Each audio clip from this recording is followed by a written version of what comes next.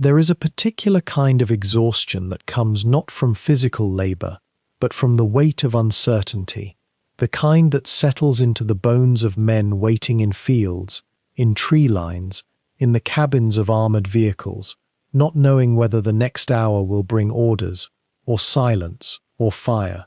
It is the exhaustion of armies held in suspension between what was and what is coming.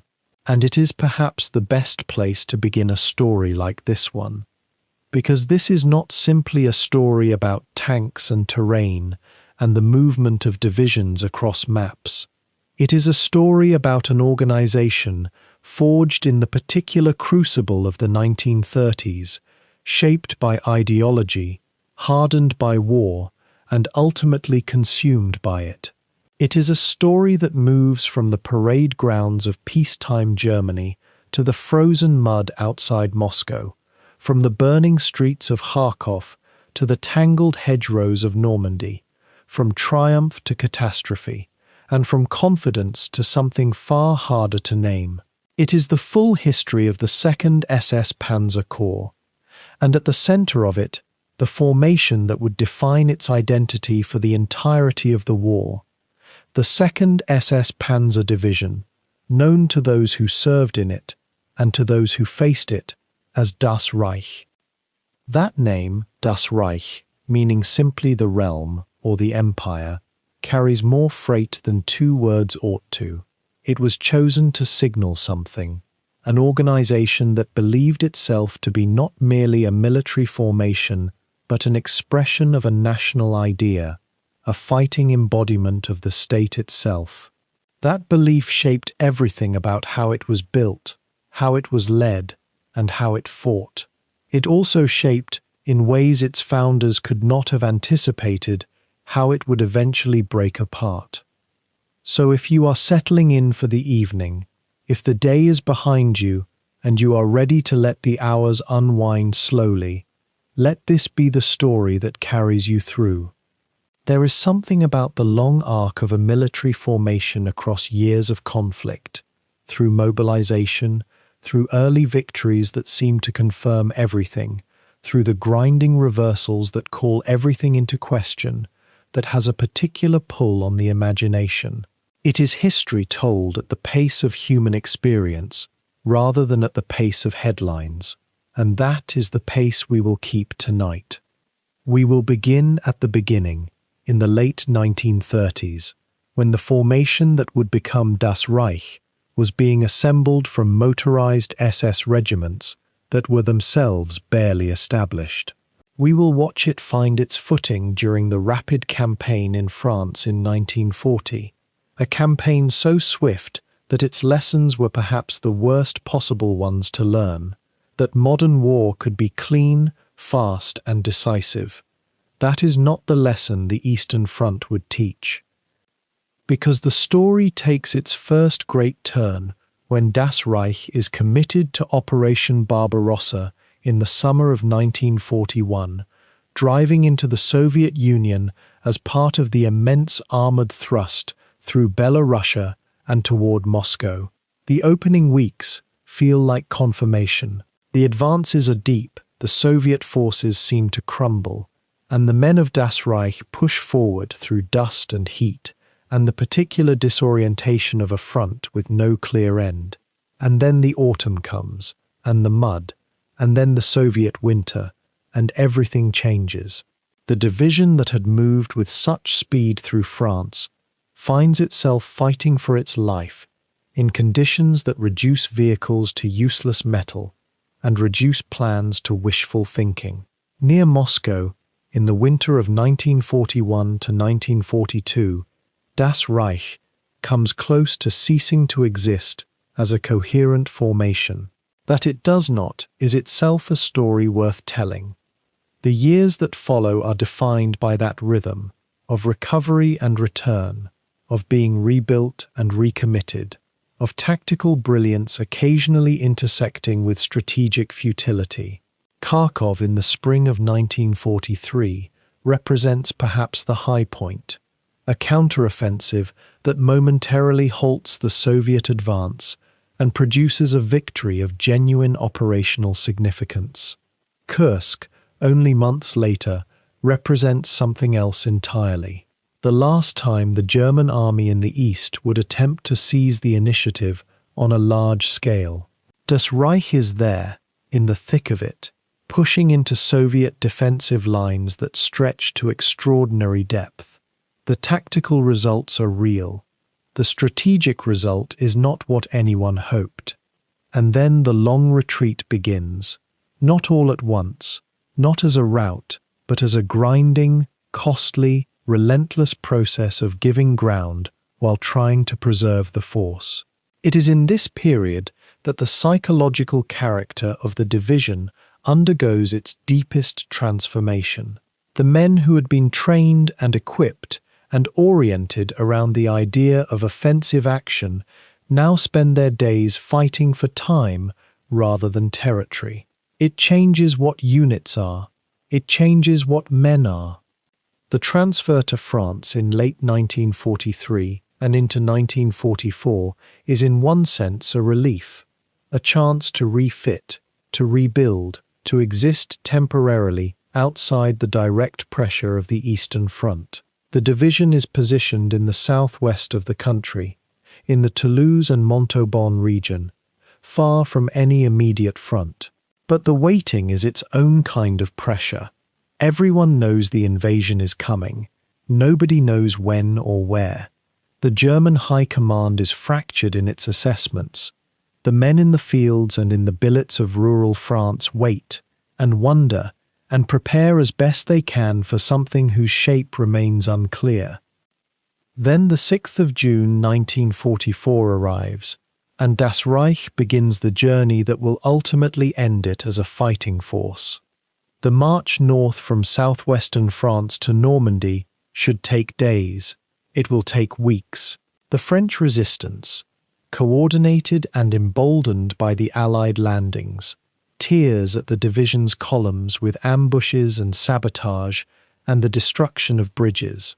What ought to be a straightforward tactical movement becomes something harder to categorize, a running confrontation with an enemy that does not stand and fight, but does not stop either. By the time Das Reich reaches the bocage country of Normandy, it is already delayed, already diminished in ways that matter, and arriving into terrain for which its doctrine offers almost no useful guidance. The hedgerows of Normandy are not the steppes of Ukraine. The lessons learned across 3 years of Eastern Front warfare transfer imperfectly and incompletely. What follows is a summer of attrition that the division can only lose. Facing American forces with access to materiel and air support on a scale that shifts the arithmetic of battle fundamentally, Das Reich grinds itself down in the bocage, and then Falaise closes around it, and the endgame begins. We will follow all of it, every chapter, every turn, every moment where the decisions of commanders and the endurance of men intersect with the larger forces that neither of them fully control. This is a long story told properly, and if you are here for the night, you have come to exactly the right place.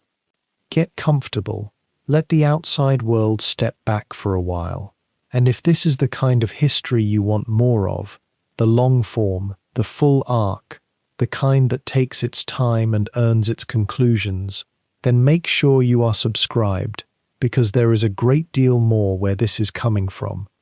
Tonight we begin at the beginning. We begin with an idea taking shape in the 1930s, with men being organized into formations that had not yet been tested, with a division that did not yet know what it was. By the time we reach the end, it will have learned, at enormous cost, exactly what it was. And so, in a different way, will we. There is a particular kind of silence that settles over an army in peacetime. Not the silence of rest, but of preparation, the quiet accumulation of purpose before purpose is given its true name. In the years following the First World War, Germany had been stripped of much of its military apparatus. its ambitions formally constrained by the Treaty of Versailles and the bitter arithmetic of defeat. But constraint and extinction are not the same thing. Within the political machinery of the National Socialist state that rose through the early 1930s, a parallel military structure was being quietly assembled, one that answered not to the traditional Wehrmacht chain of command, but directly to the ideological apparatus of Heinrich Himmler's SS. What emerged from that process was not simply a military unit. It was something the German state had never produced before, a formation defined as much by political identity as by tactical purpose, trained to fight, but also trained to believe, and belief, as the years ahead would demonstrate, was both its engine and its poison. The Schutzstaffel, the SS, had begun its existence as a personal protection detail, a compact bodyguard force loyal to Adolf Hitler himself. Through the 1930s, it expanded dramatically, absorbing resources, personnel, and ambition in roughly equal measure. By the middle of that decade, the concept of the Waffen-SS, a separate, armed combat branch of the SS, was beginning to take organizational shape. The men who entered these units were, at least in the early years, screened to exacting physical and ideological standards, height requirements, racial classification documents, fitness assessments. The apparatus of selection was elaborate and deliberate. The Wehrmacht looked on this development with skepticism bordering on contempt. Professional soldiers who had spent careers within the established German military tradition found it difficult to take seriously an institution built on party loyalty rather than military tradition. That contempt, as events would later force them to concede, was premature. The formation that would eventually carry the name Das Reich, the 2nd SS Panzer Division, emerged through a sequence of organizational decisions stretching across the late 1930s. In the autumn of 1939, following the conclusion of the Polish campaign, a collection of motorized SS regiments were brought together and consolidated into a new formation, designated the SS Division Verfügungstruppe, the SS Special Purpose Division. This was not yet Das Reich. That name would come later, attached to a unit that had already blooded itself in combat. But the organizational DNA was there, the command structures, the unit affiliations, the equipment philosophy. The division was built around motorized infantry, which placed it at the more mobile end of the German military spectrum, at a time when most European armies still moved primarily on foot and horseback. Motorization was not merely a logistical preference, it was a statement of intent that this formation would fight at the pace of the modern battlefield, not the last wars. Paul Hauser commanded the formation during this foundational period, and his influence on what the Waffen-SS would become militarily cannot be separated from the institution's broader story.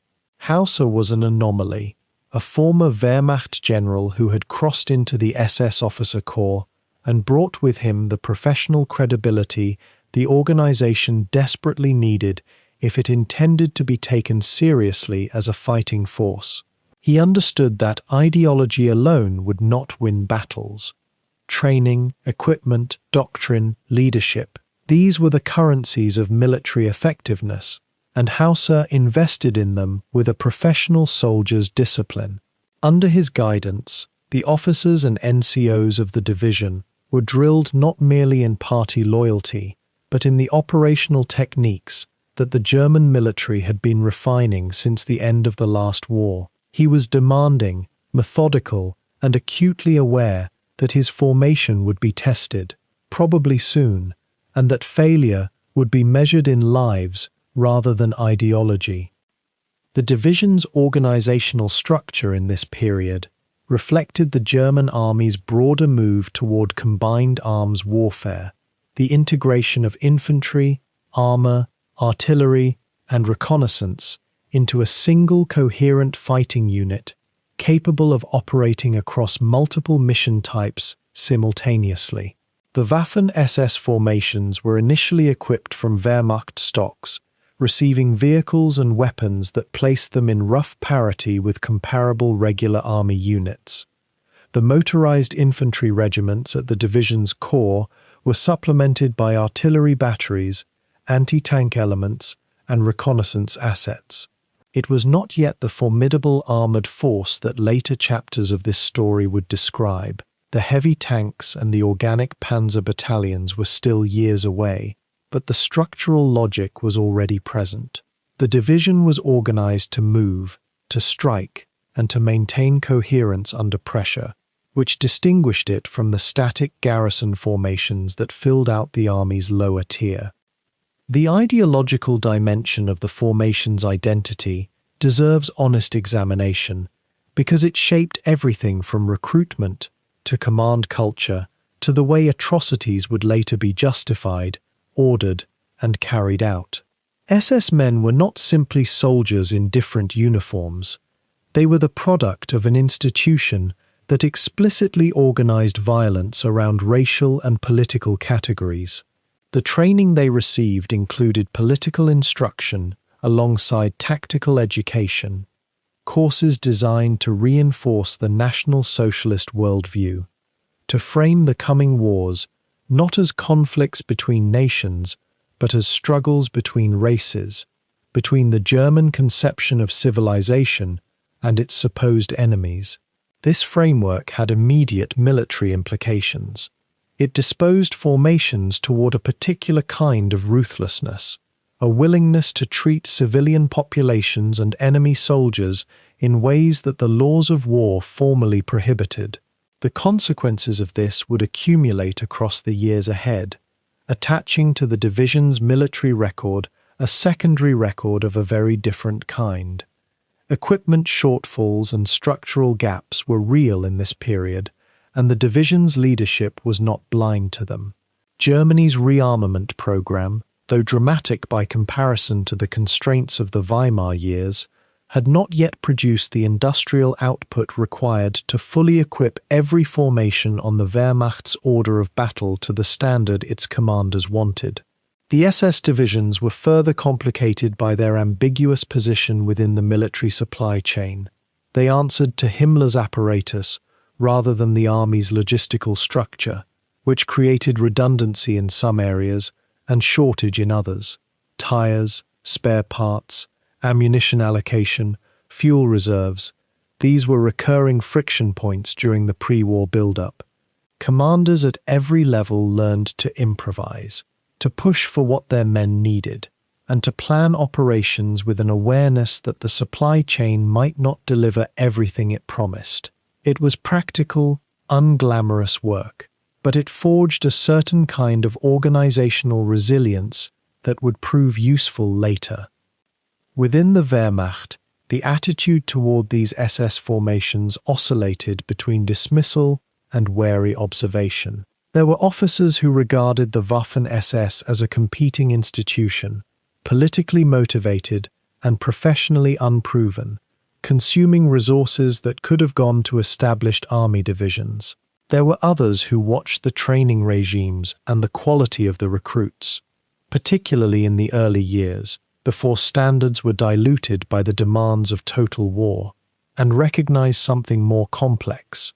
The SS was producing soldiers who were physically capable, ideologically committed, and led by officers who, particularly at the lower levels, trained hard and led from the front. That combination would not make them invincible, but it would make them dangerous. The months between the end of the Polish campaign and the spring of 1940 were spent in intensive preparation. The division's regiments cycled through training exercises, equipment overhauls, and the continuous process of absorbing replacements and integrating them into established units. The German military's broader operational planning for the campaign in the West was underway, and the SS formations were being assigned roles within it. For the men of the division, this period combined the familiar rhythms of military routine, drill, maintenance, physical conditioning, repetition, with a growing awareness that what came next would not be an exercise. Poland had demonstrated that the Wehrmacht's operational concepts worked in practice. France and the nations of Western Europe lay ahead, defended by armies with real capability and real determination. Whether the division could perform at the level its commanders intended remained to be seen.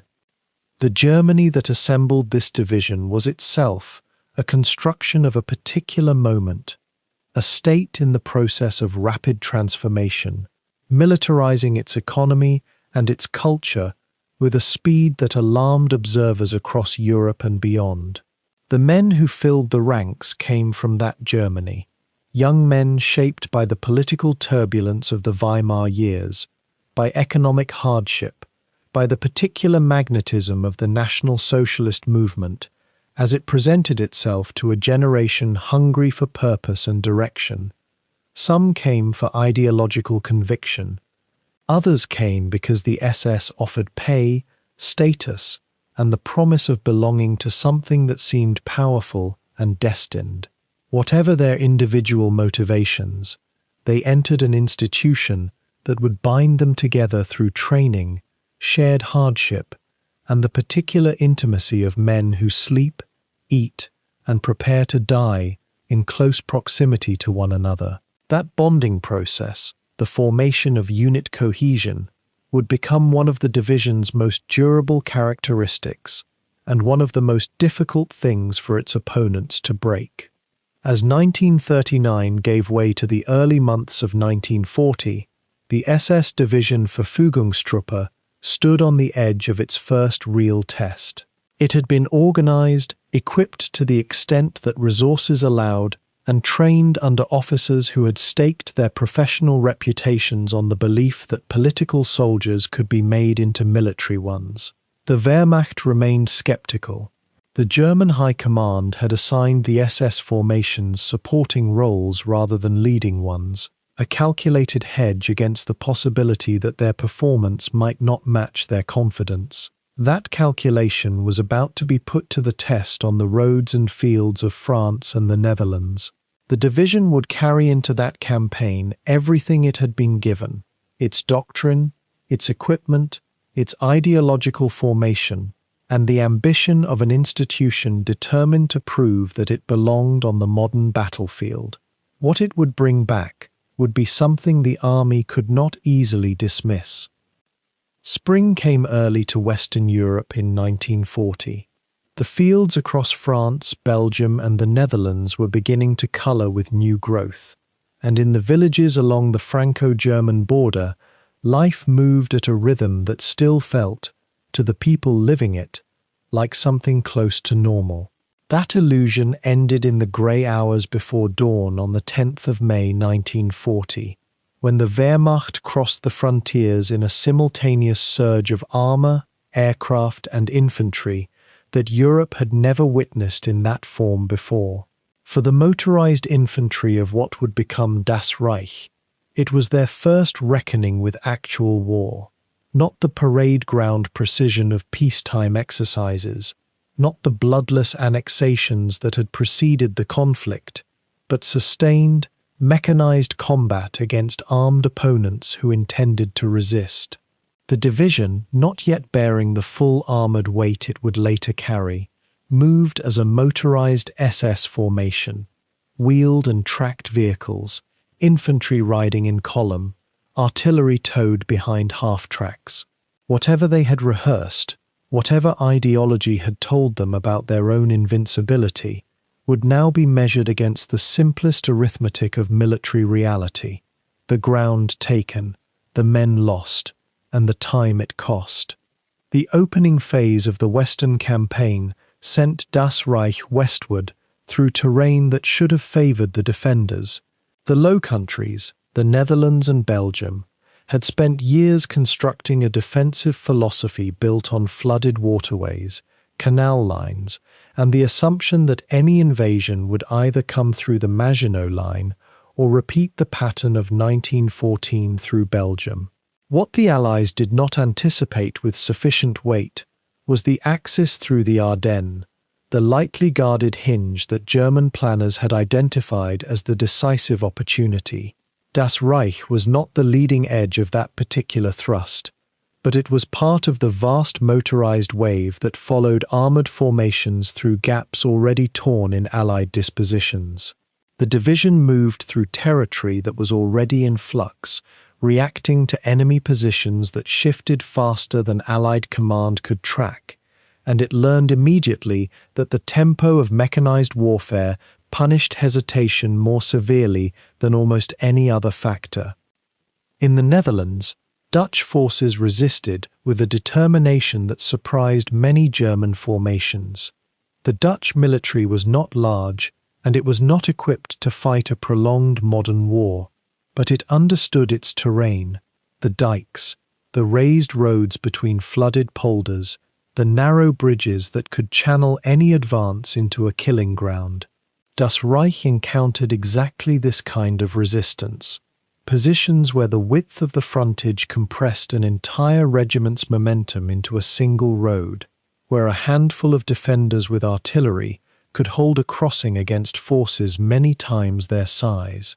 These encounters were costly in time and in blood, and they introduced the division's junior officers and enlisted men to something that training had not truly prepared them for: the specific, concentrated fear of an ambush in terrain that offered no room to maneuver and no cover broad enough to hide behind. Yet the campaign was not simply a series of obstacles overcome. It was, for Das Reich and for the Wehrmacht as a whole, a masterclass in the operational potential of combined arms at pace. German armoured formations broke through the Allied centre at Sedan within days of the invasion's opening, and the effect on French and British command was catastrophic. What followed was not a conventional fighting retreat, but a progressive collapse of coordinated Allied resistance as headquarters lost contact with forward units, as roads clogged with civilian refugees and retreating soldiers, and as the sheer psychological weight of encirclement began to overwhelm formations that had not been trained to operate independently under that kind of pressure. Das Reich moved into this expanding vacuum, securing flanks, clearing pockets of resistance, pushing hard to keep pace with armoured spearheads that were already racing toward the Channel coast. The division's encounters with British forces were a different calibre of engagement. The British Expeditionary Force was a professional army in a way that matched the Wehrmacht's own self-conception, and British infantry in particular showed a stubborn, unit-level cohesion that Das Reich's soldiers encountered with a mixture of frustration and, in some cases, professional respect. British rearguard actions, small groups of men holding crossroads or farmhouse lines just long enough to allow the main body to withdraw, exacted a toll on Das Reich's momentum that the rapid advance through Dutch defences had not quite prepared them for. These were not panicked conscripts breaking under pressure. These were soldiers making calculated decisions about when to hold and when to pull back, and the distinction mattered enormously to the German formations pressing forward against them. As May gave way to June and the scale of the Allied collapse became undeniable, Das Reich was drawn into the grinding work of what the campaign's opening phase had now produced: a large encircled mass of Allied forces compressed against the Channel coast near Dunkirk. The division's role in this phase was not to deliver the final blow. Controversially, armoured formations were held back from the immediate coastal perimeter at a critical moment, a decision that would be debated long after the war was over, but to participate in the wider pressure that kept Allied forces pinned while the evacuation unfolded. What Das Reich's men witnessed during this period was the spectacle of a modern Allied army being dismantled, equipment abandoned across the beaches and dunes, thousands of vehicles left in the fields of Flanders. For soldiers who had been told that this war was a matter of national destiny, the sight confirmed everything. For the officers thinking carefully about what they had actually learned, it was more complicated. France itself fell in stages after Dunkirk. The second phase of the campaign, the drive southward into the French interior, saw Das Reich operating in a different kind of war than the chaotic breakthrough of May. French forces, reorganizing under the reality of catastrophic defeat, still offered resistance in places that reflected real tactical skill. Certain river crossings cost the division meaningful casualties. Certain French artillery positions, well sighted and stubbornly held, demonstrated that the Wehrmacht's advantage in the Western campaign was never simply a matter of quality. It was also a matter of timing, coordination, and an opponent whose strategic position had already been rendered hopeless before the southern battles even began. The division moved through this world of partial resistance and collapsing cohesion, taking objectives, pushing south, and learning, almost continuously, the difference between what an operation looked like on a map at a headquarters table and what it felt like on a road column under fire. Casualties during the Western campaign were, by the standards of what Das Reich would experience later, manageable. But they were not trivial. The division lost men it could identify by name and rank to engagements that lasted minutes rather than hours. Vehicles broke down on roads not designed for sustained heavy military traffic. Equipment that had functioned perfectly during training revealed new failure modes under operational stress. Logistics, the unglamorous engine of all military movement, proved to be more fragile than planning had assumed, and formations that outran their supply lines discovered quickly that fuel shortages were not an abstraction. These were lessons that officers absorbed with varying degrees of attention, and the degree to which those lessons shaped subsequent decisions would matter enormously when Das Reich eventually reached an eastern front where the margins for logistical error were far narrower. There was something else the campaign produced that resists easy quantification, and it is the thing that would define Das Reich's institutional character for the rest of its existence. The Western campaign was, for those who survived it, a victory, complete, total, and achieved at a speed that astonished even those who had planned it. For an ideologically formed unit like Das Reich, that victory was absorbed not merely as a professional military success, but as a confirmation of the entire framework of beliefs that had shaped these men's sense of themselves. The Waffen-SS, still fighting to establish its operational credibility against a skeptical Wehrmacht officer corps, emerged from France with a battlefield record that was difficult to dismiss. Formations that had been treated as political soldiers playing at real warfare had fought, advanced, and taken objectives alongside regular army divisions. Whatever the professional military establishment thought of the SS as an institution, it could not easily deny the combat performance the Western campaign had produced. The armistice came on the 22nd of June 1940 in the same railway carriage at Compiègne, where France had dictated terms to Germany in 1918. For Das Reich's soldiers, dispersed across French territory in the post-combat administrative period that followed any major operation, it was a moment of extraordinary, almost disorienting completeness. In less than 7 weeks, France, a country that had held the Western Front for more than 4 years in the previous war, had been defeated. The Low Countries had fallen. The British Army had been driven from the continent. Whatever reservations any individual soldier might have held about the future were swallowed, for the moment, by the scale of what had just been accomplished. The division settled into occupation duties and the first phases of refitting, still processing what the campaign had taught it, still not fully grasping that the lessons it had learned in the West were only partly applicable to what was already being planned in the East. What the Western campaign ultimately gave Das Reich was a foundation, not a perfect one, and not one without cracks, but a functional military identity built on actual combat experience rather than ideology alone. The division had encountered real resistance, sustained real losses, solved real tactical problems under fire, and come out the other side with its unit cohesion intact and its operational reputation established. Its officers had learned to read terrain under pressure. Its NCOs had learned how to keep men moving when movement was the last thing those men wanted to do. Its logistics personnel had learned where the system bent and where it broke. None of these lessons were complete. None of them prepared the division for what was coming next. The vast, consuming furnace of the Eastern Front, where the distances were continental, the winters were lethal, and an enemy that had absorbed France's defeat in weeks would resist with a ferocity and a depth of resource that Western Europe had offered no model to anticipate. But the formation that would eventually march east was no longer a peacetime force wearing a uniform it had not yet earned.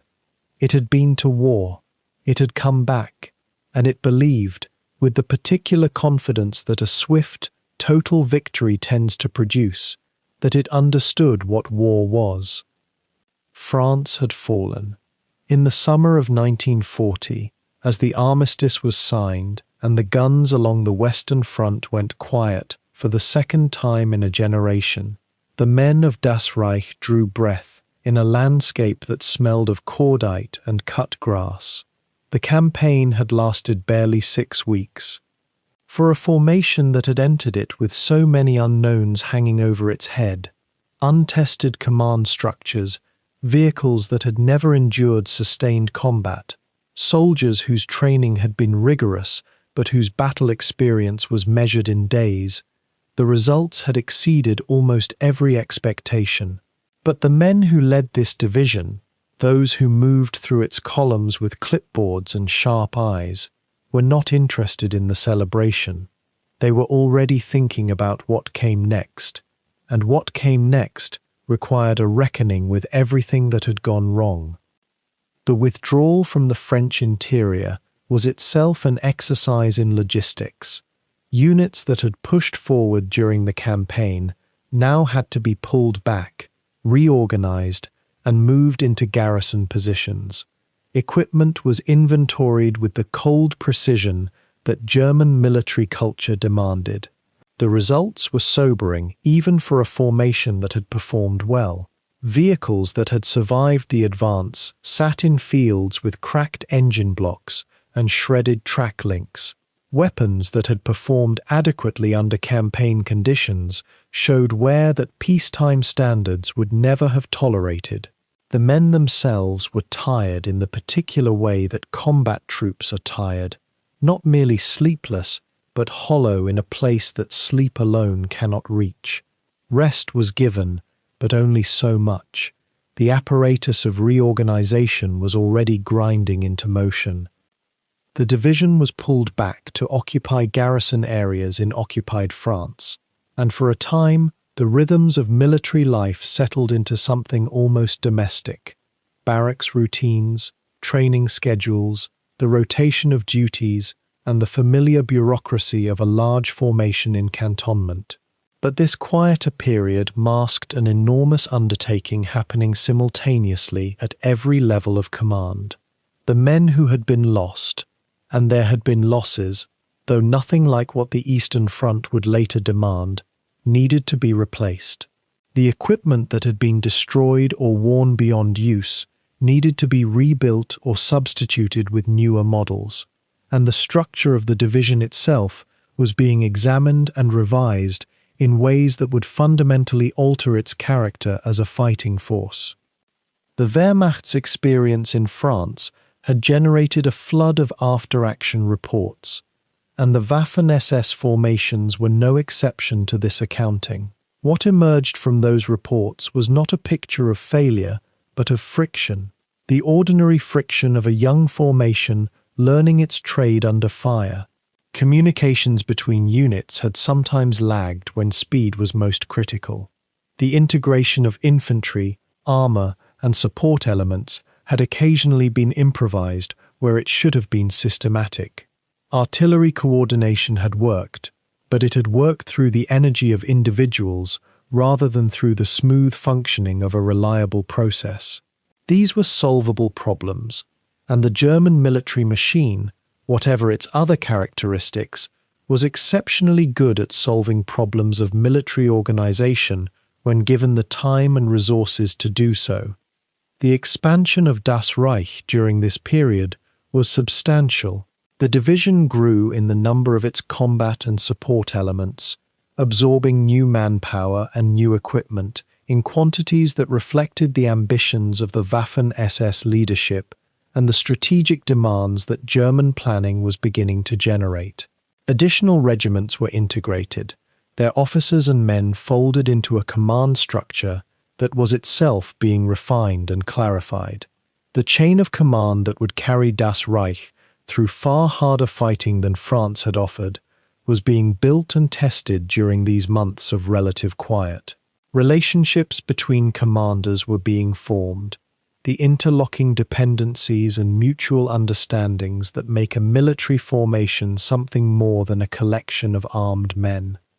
New vehicles arrived in numbers that gave the division a genuinely different character from the formation that had crossed into France.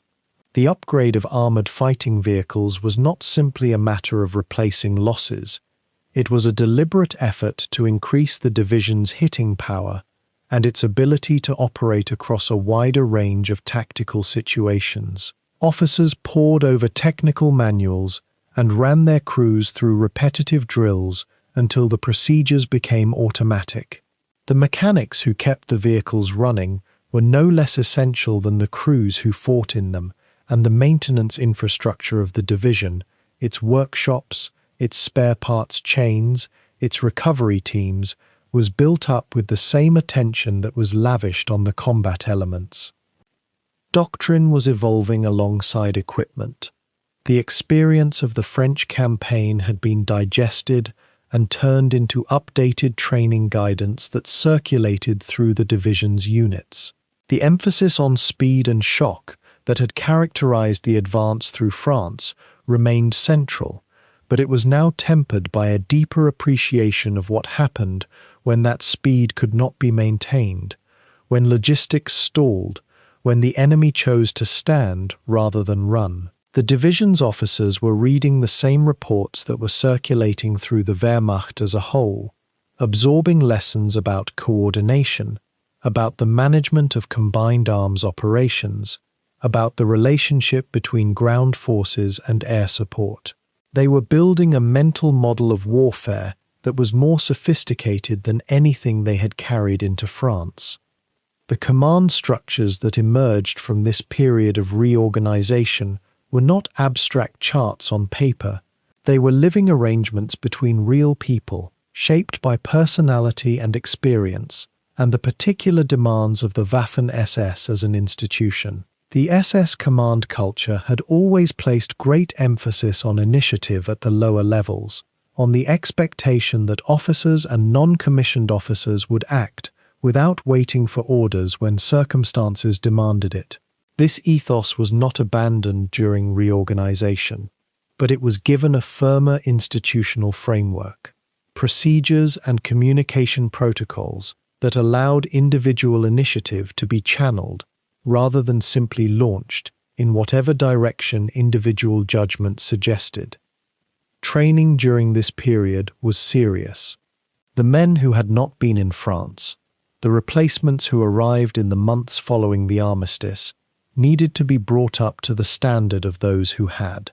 But even the veterans were not left idle. Training exercises pushed the formation through scenarios that France had not provided. Defensive operations, river crossings under fire, the management of supply lines under pressure. There was a sense among those who planned these exercises that the formation was being prepared for something larger, something more demanding than the 6-week campaign that had just concluded. What that something was, most of the men who did the training could not have said precisely, but the scale and seriousness of the preparation carried its own message. The period also saw the maturation of the division's identity as a formation.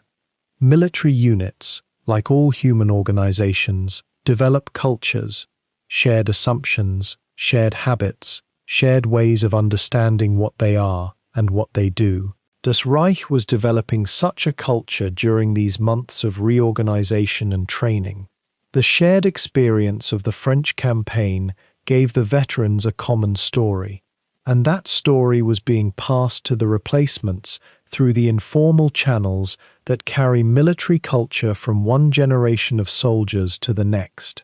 What it meant to belong to this formation, what standards were expected, what the formation expected of itself, these understandings were being consolidated and transmitted. By the end of this consolidation period, Das Reich was a different formation from the one that had crossed into France. It was larger, better equipped, more cohesively structured, and more thoroughly trained. Its command relationships were clearer, its doctrine more developed, its maintenance and logistics infrastructure more capable of sustaining operations over time. The men who would carry it into the Soviet Union were not the same men, in any functional sense, who had carried it into France, not because different individuals now wore the uniform, though some did, but because the formation as a whole had been rebuilt at a level deeper than mere personnel and equipment. The friction of France had been studied, understood, and turned into improvement. What lay ahead would demand every one of those improvements, and still they would not be enough. The Eastern Front had a way of consuming military formations that had been built for the kind of war France had briefly been, and offering in their place something that no training exercise, no matter how rigorous, had fully prepared anyone to face. But that reckoning was still ahead. For now, in the garrison areas of occupied France, the division was as ready as careful preparation and hard work could make it. The machinery had been rebuilt. The men had been rested and retrained. The structure had been refined. What the formation would do with all of that preparation, in the vastness and the violence of what was to come, was a question that the summer of 1940 had not yet begun to answer. In the early hours of the 22nd of June 1941, the largest military operation in human history began along a front, stretching more than 3,000 kilometers, from the Baltic coast in the north to the Carpathian foothills in the south. Millions of men, thousands of tanks, and the full industrial weight of the Third Reich lurched eastward across the Soviet border simultaneously. The operation carried the code name Barbarossa, after the medieval German Emperor Frederick I, a name chosen with the deliberate grandiosity that characterized so much of the Nazi regime's self-mythology. For the soldiers of Das Reich, standing in their assembly positions in the pre-dawn darkness, it was something simpler and more immediate than mythology. It was the sound of artillery beginning, and then the order to move. The division had spent weeks preparing in occupied Poland, absorbing fuel, ammunition, and final personnel replacements before the crossing. Whatever they had encountered in France, whatever lessons the Western campaign had offered, nothing had truly prepared them for what lay to the east. Das Reich crossed the border as part of Army Group Center, the central thrust of the three-pronged German advance into Soviet territory. Army Group Center aimed directly at Moscow, the political and logistical heart of the Soviet state, and Das Reich was assigned to the 2nd SS Motorized Corps within Heinz Guderian's celebrated Panzer Group. The speed of the initial advance was, by almost any military standard, extraordinary. Soviet border formations, caught in various states of readiness, were overrun, bypassed, or simply collapsed under the weight of coordinated armored and motorized infantry pressure. In the first days, the distances covered on a map seemed almost implausible to those back at headquarters who had not yet learned to trust the reports coming in. Columns of prisoners, some of them numbering in the tens of thousands within the first week alone, were marched westward, past the same roads the German formations were advancing along going east. It was a collision of industrial-era armies, and in those first days, only one side appeared to be fighting. Das Reich pressed into territory that had been Soviet-controlled Poland only 2 years earlier, then into the western reaches of what had been the Soviet Union proper. The terrain changed as they pushed deeper, forests thickened, roads deteriorated, and the distances between villages grew. The division's motorized infantry rode in a mixture of half-tracks and wheeled vehicles, and within the first 10 days, the strain on both machines and men had already become apparent. Soviet resistance was not uniform. Pockets of determined defenders appeared, with no apparent coordination, holding crossroads or river lines long past the point where tactical logic suggested withdrawal. These were not the disorganized remnants of a broken army performing a simple rout. Here and there, German columns ran into positions held by men who fought with a ferocity that had not been encountered in the West. The division's officers took note, even if the high command in Berlin chose not to. By mid-July, Das Reich was engaged in operations around Yelnya, a town roughly 300 kilometers east of the Soviet border that sat on a raised plateau commanding the surrounding countryside. Guderian's forces had seized the Yelnya salient in the opening weeks, and it was expected to serve as a staging point for the next phase of the drive toward Moscow. Instead, Yelnya became something else entirely. Soviet forces began launching counterattacks against the salient with a regularity and determination that surprised German commanders who had expected the Red Army to be nearing total collapse. Das Reich's regiments found themselves holding defensive positions, receiving attacks rather than launching them, digging into ground that was not supposed to require digging into this early in the campaign. This was not France, where the enemy's operational reserve had been finite and ultimately exhaustible. Here, fresh Soviet formations appeared with a consistency that no intelligence assessment had fully accounted for. The physical environment was itself a combatant. Summer in the Western Soviet Union brought heat that turned unpaved roads into powder and dust, clogging air filters, overheating engines, and coating every surface with a fine grey film that settled into lungs and mechanisms alike. Water was sometimes scarce, and the supply lines stretching back toward Germany were already straining under the cumulative demand of millions of soldiers operating at the end of very long roads. Vehicles that broke down were repaired where they stood, cannibalizing parts from other vehicles when necessary, because recovery and depot facilities were days behind the front. The division's maintenance crews worked around the clock, and still the vehicle serviceability rates declined steadily through the summer weeks. The men who had driven into the Soviet Union in late June were beginning to understand that the distances shown on maps were not abstract. They were distances that had to be physically driven, day after day, on roads that treated German engineering with complete indifference. Alongside the tactical fighting, the logistical system that underpinned the entire Eastern Front campaign was revealing fundamental contradictions. The Wehrmacht had planned Barbarossa on the assumption that the Soviet Union would crack within weeks, perhaps 3 months at the outside. That assumption shaped every decision about supply stockpiles, spare parts, fuel reserves, and replacement personnel. As August arrived, and the Soviet state had not cracked, those assumptions began to look increasingly fragile.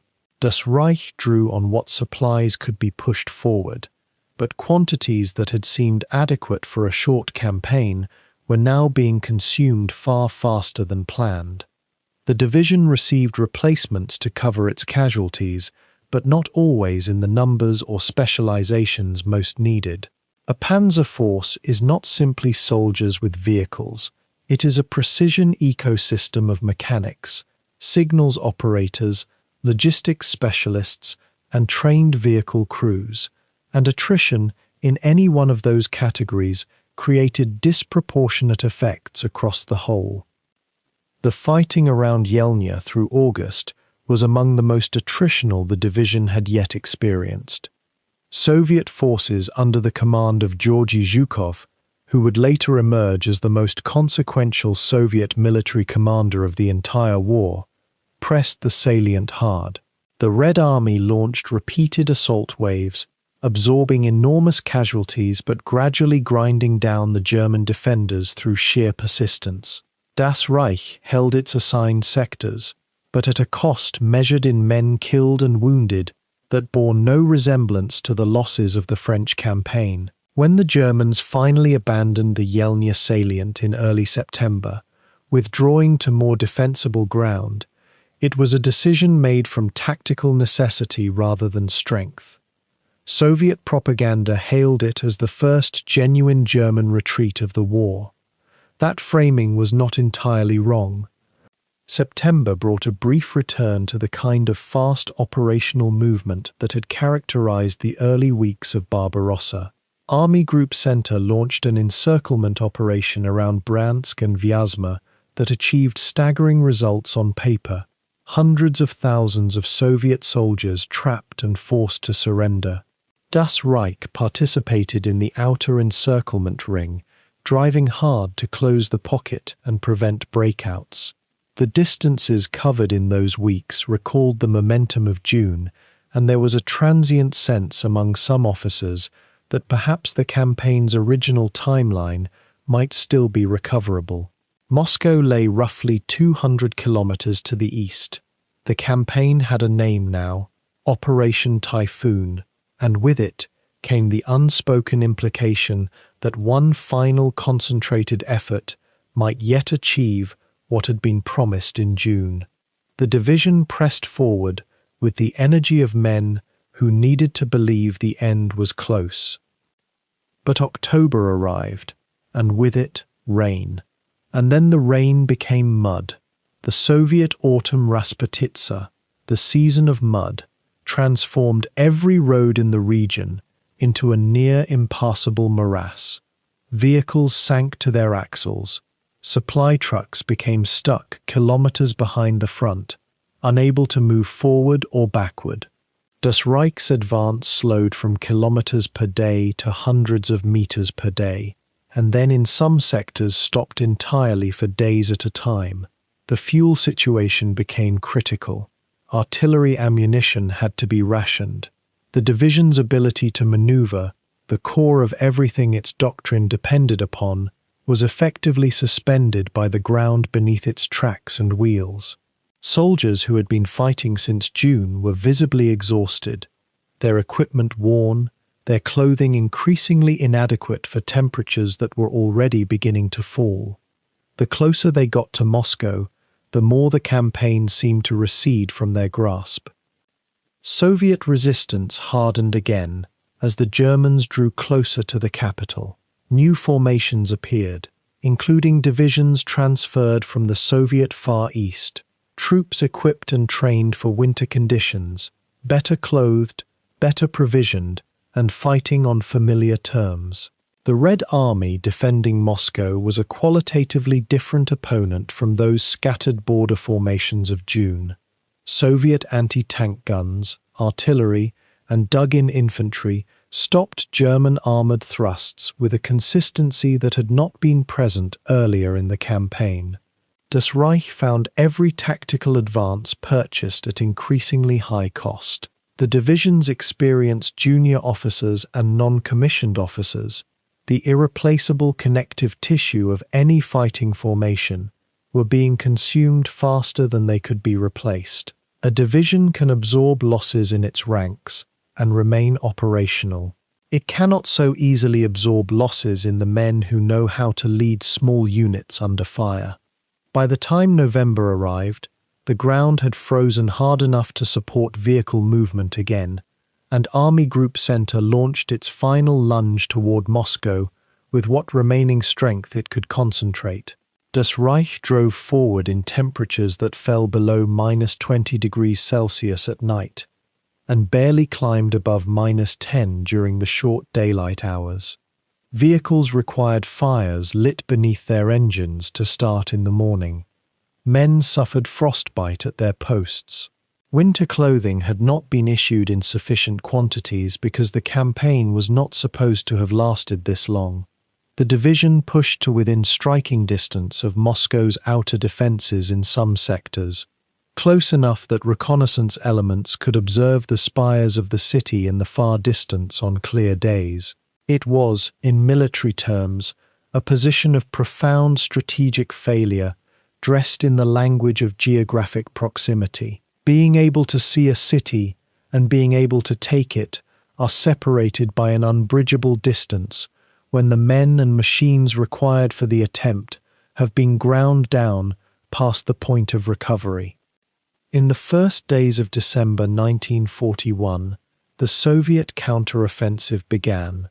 Fresh armies poured into the line across a broad front before Moscow, and the exhausted formations of Army Group Center suddenly found themselves the recipients of a blow that carried the full momentum of a force that had been carefully assembled for exactly this moment. For Das Reich, the opening storm of Barbarossa had not ended in Moscow's fall. It had ended in freezing mud, empty fuel drums, and the realization that the opponent on the other side of the line possessed something the entire German planning apparatus had refused to model: the capacity to absorb catastrophic losses, reconstitute, and strike back. What came next would test the division's cohesion against conditions that made everything that had come before look, in comparison, almost manageable. By the time December arrived in 1941, the war in the East had already become something unrecognizable to the men who had crossed the border with such confidence 5 months earlier. The army that had smashed through Soviet lines in the summer heat, that had watched burning villages recede in the mirrors of its half-tracks, now found itself standing in snow that reached the tops of its boots, staring into a darkness that seemed to have no far edge. Temperature readings that would have seemed absurd in a peacetime meteorology report became daily reality: 40 degrees below zero, 50, instruments seized, engines refused to turn over.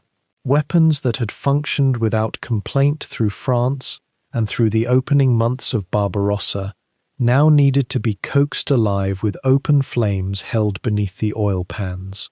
For the men of Das Reich, dug into positions west and southwest of Moscow, the question was no longer when they would enter the Soviet capital.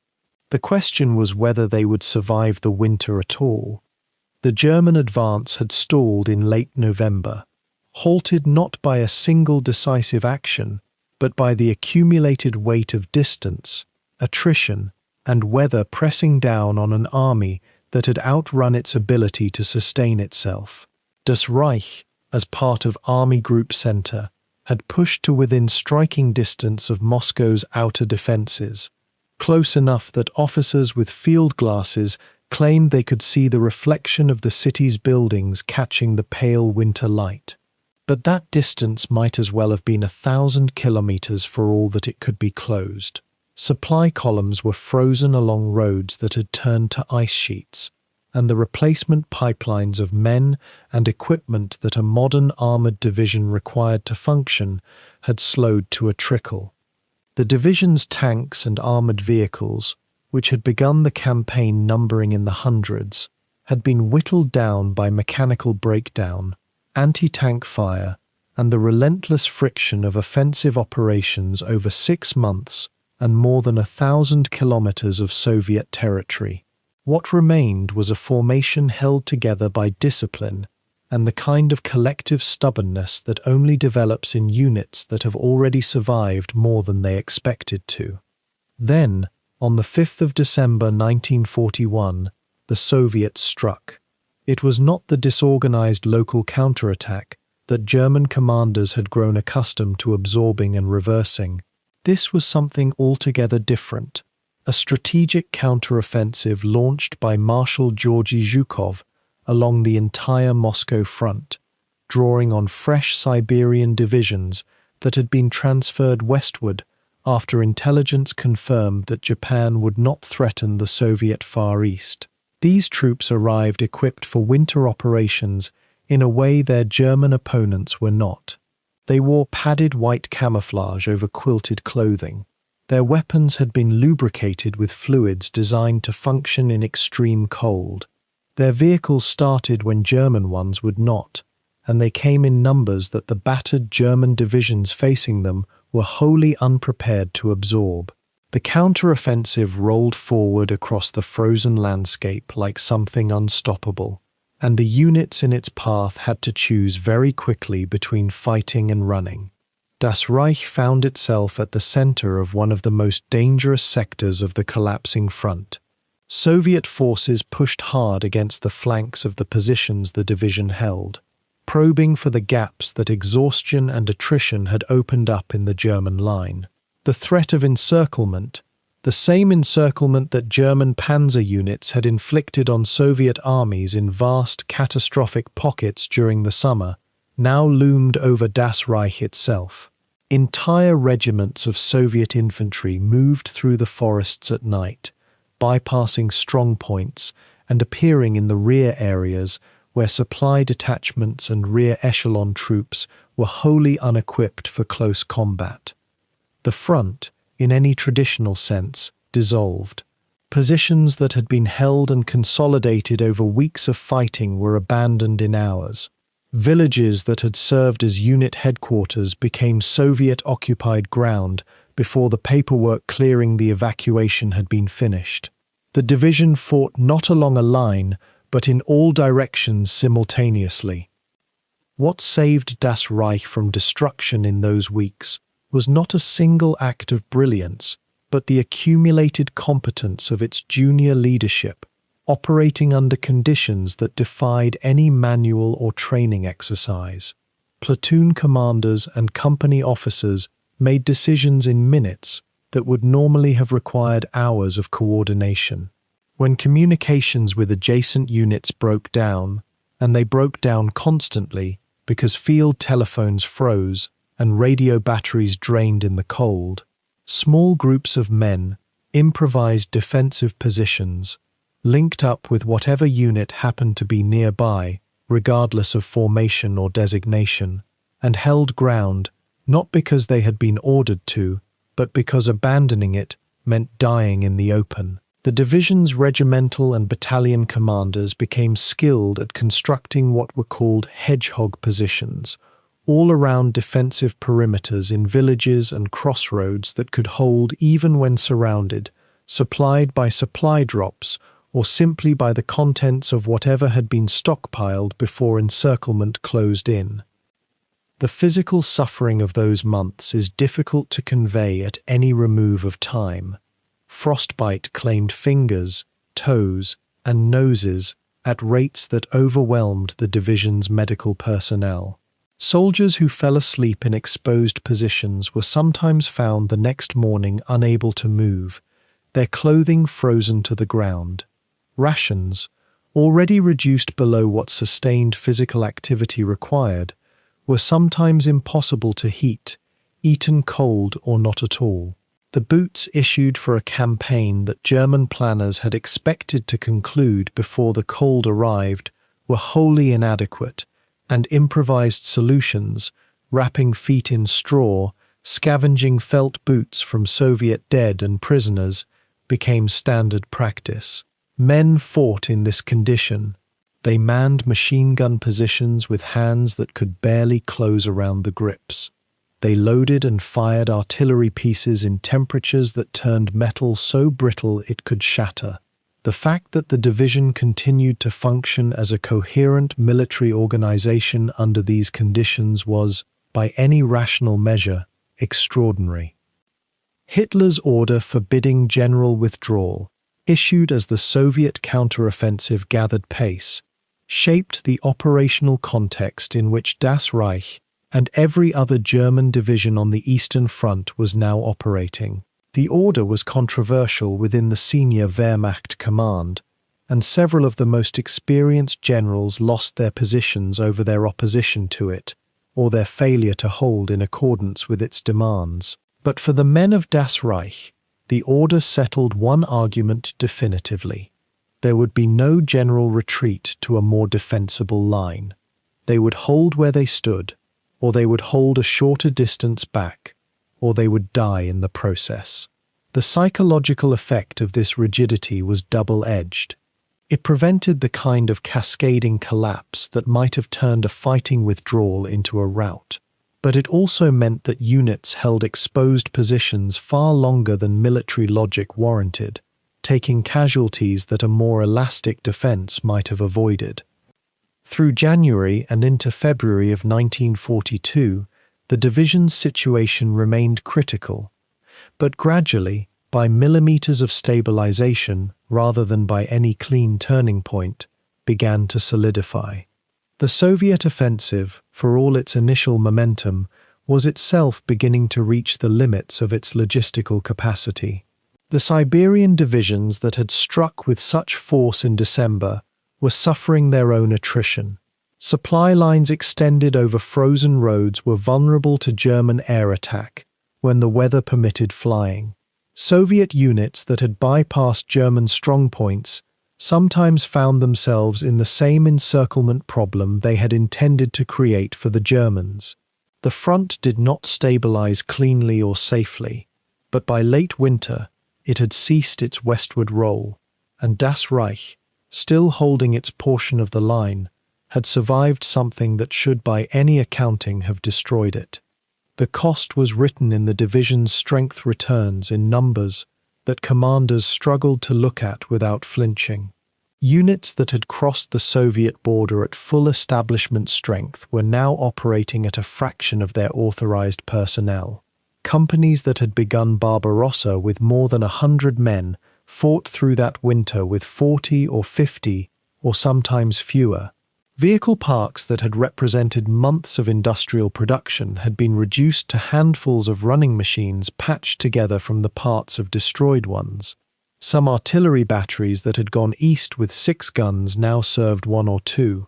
The division existed, it functioned, it held its sector, it remained a recognizable military formation, but it did so on the organizational equivalent of willpower rather than material strength. The gap between what Das Reich was supposed to be and what it actually was had grown to a chasm that would take months of refitting to begin to close.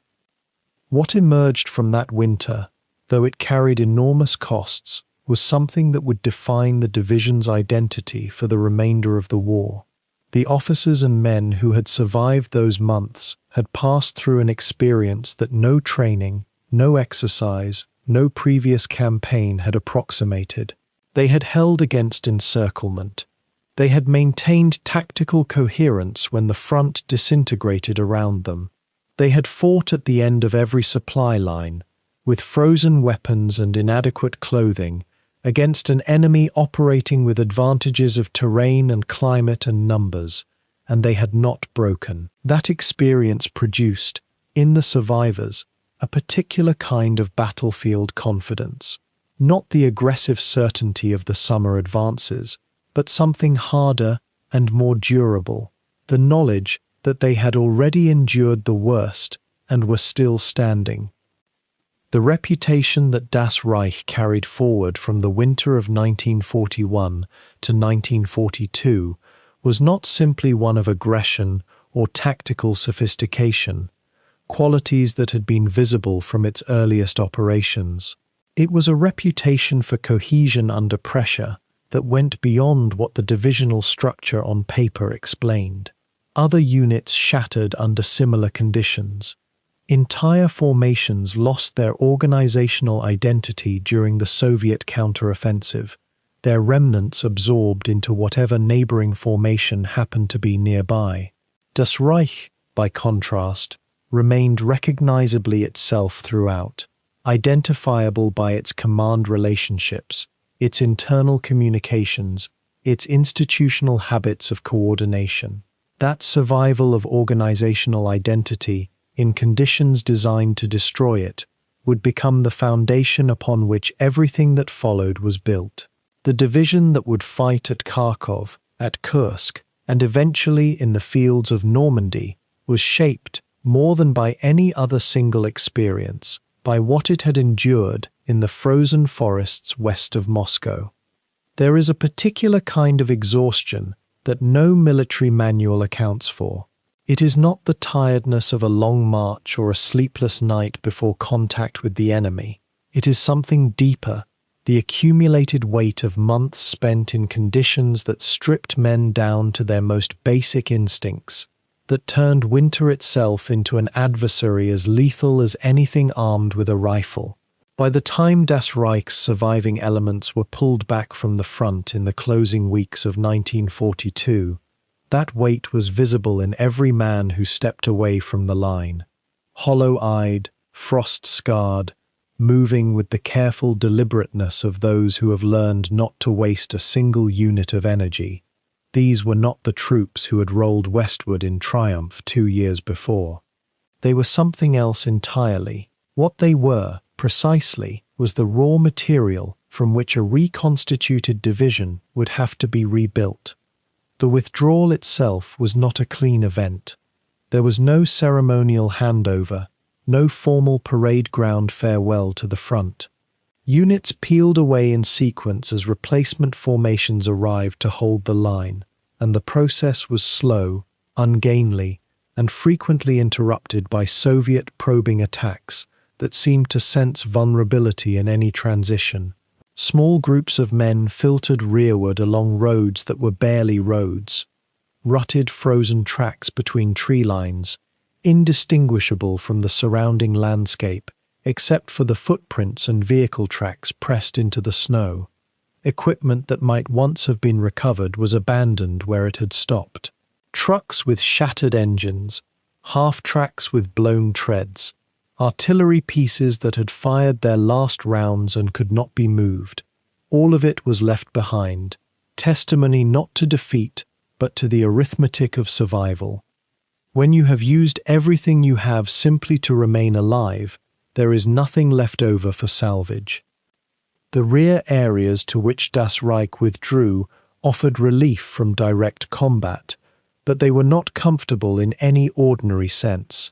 France, the destination that had been settled upon for the major refitting effort, was still weeks of transit away.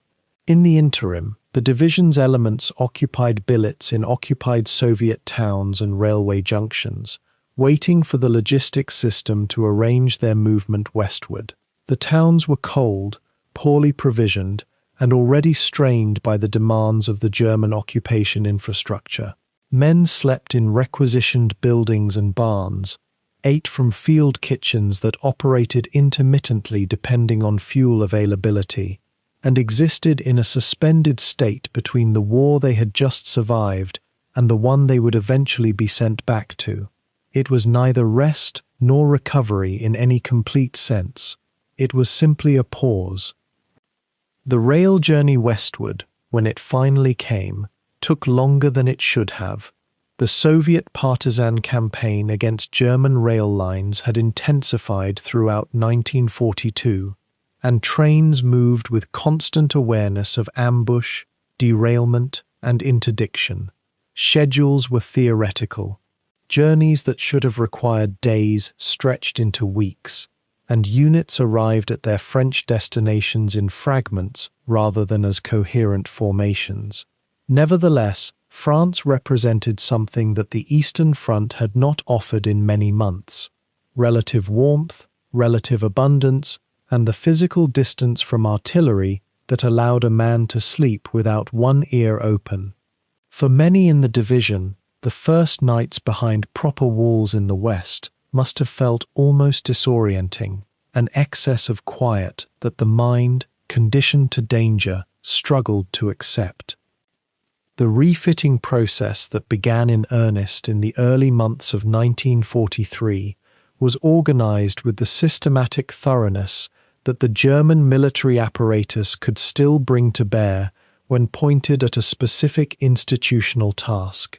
Das Reich was designated for comprehensive reconstruction, which meant that the effort extended across every dimension of the division simultaneously. Personnel replacements arrived from training centers, many of them young men who had not seen combat and who regarded the veterans among them with a mixture of awe and barely concealed anxiety.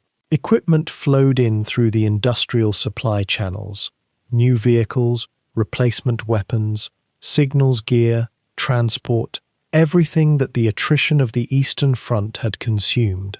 On paper, the ledger that had been so catastrophically overdrawn began slowly, methodically, to balance. The new equipment arriving in this period reflected the evolution of German armored doctrine under the pressure of sustained combat against Soviet armor. Older vehicle types that had proven inadequate were being phased toward the margins, and the newer generation of German armored vehicles was beginning to reach frontline divisions. The scale of industrial production required to sustain the Wehrmacht's losses remained a strain on the German war economy. But for a prestige formation being readied for a specific and strategically significant offensive, the allocations were generous by the standards of the time. Mechanics and technical personnel worked through the days rebuilding vehicles, calibrating weapons systems, integrating new equipment that the crews had not yet had time to learn. The organizational work was immense, largely invisible, and absolutely essential. Command structures were also reshaped during this period. The combat experience of the previous 2 years had produced clear lessons about what worked and what did not at the divisional and corps level, and those lessons were now translated into revised organizational arrangements.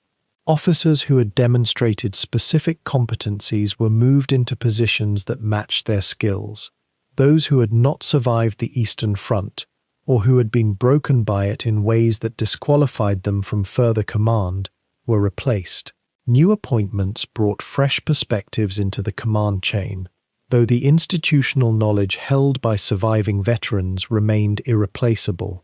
The human architecture of command, always more complex than any organizational diagram could capture, was being quietly reconstructed alongside the physical one. Training was imposed on the reconstituted formations with a discipline that acknowledged how much the replacements did not yet know. Veterans ran sessions on tactics, on the specific challenges posed by Soviet armor and Soviet infantry, on the lessons of winter warfare that no training center in Germany had fully anticipated or prepared anyone for. There was an implicit tension in these sessions between those who had been there and those who had not, a gap in experience that words and demonstrations could only partially bridge. The veterans knew things that could not quite be transmitted, knowledge that lived in muscle memory and instinct rather than in any formulable principle. The replacements absorbed what they could and would learn the rest in the field, as every generation of soldiers always has. Alongside the material and personnel reconstruction, the division's integration into what would become the 2nd SS Panzer Corps was formalized and developed during this period. The corps structure that brought Das Reich, together with the Leibstandarte SS Adolf Hitler and the Totenkopf divisions under unified command, represented a significant concentration of armored capability. The command relationships, communication protocols, and combined arms coordination that would be required for large-scale offensive operations were practiced and refined. Staff officers worked through planning scenarios. Logistics officers grappled with the supply requirements of a corps-level armored operation, and the administrative machinery of a genuinely formidable fighting formation took shape in the quiet of the French countryside. The ambition encoded in that organizational structure was unmistakable. The men who were part of this process occupied a strange psychological space. They had come from one of the most brutal, sustained combat experiences of the war, and they knew, with the certainty that only combat veterans possess, that they were being prepared to go back. The refitting period was not a conclusion, it was an interval. The new equipment arrived and was integrated. The replacements arrived and were trained. The organizational charts were redrawn, and the command appointments confirmed, and all of it pointed in a single direction, back toward the Eastern Front, toward an enemy that had not stopped fighting while Das Reich was being rebuilt, toward a war that was not waiting for anyone to be ready. Whatever comfort France offered, it was comfort with an expiration date that everyone in the division understood. There is something almost architectural about what was accomplished during those months. A structure that had been severely damaged was examined, assessed, stripped back to its still sound foundations, and rebuilt above those foundations with the best available materials. The process required patience, precision, and a willingness to confront honestly the scale of what had been lost before any progress could be made. It was unglamorous work, the work of quartermasters and mechanics and training officers and administrative staff, of men who would never appear in battlefield dispatches, but without whom no battlefield success was possible. When Das Reich moved eastward again in the early weeks of 1943, it did so as a division that had been genuinely, substantively rebuilt, not merely patched together and sent forward, but reconstituted with real capability and real intent. What would be demanded of that capability in the weeks ahead on the approaches to Kharkov would test everything the refitting period had managed to restore. By early 1943, the Eastern Front had become a grinding war of attrition. The winter of 1941 and 42 had nearly broken the German army. Frostbite and exhaustion had taken as many lives as Soviet bullets. Das Reich, like other panzer divisions, had been pulled back to rest areas, refitted with replacement tanks and fresh personnel, and reorganized under new command structures. The men who survived the Moscow winter were hardened now, stripped of any illusions about quick victory in the East. What remained was a corps of experienced officers and non-commissioned officers who understood that survival depended on tactical skill and ruthless efficiency. The Soviet Union, however, had not stood still during the German recovery. The Red Army had absorbed the shock of Barbarossa, learned from defeat, and was preparing its own offensives along vast stretches of the front.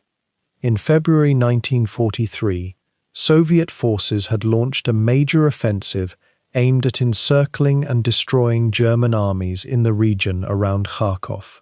The objective was simple in concept: drive westward, cut off German forces, and force them into surrender or annihilation. For a time, the offensive seemed to be succeeding.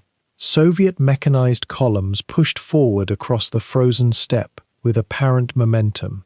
German commanders watched with growing alarm as the Soviet tide advanced further than anticipated.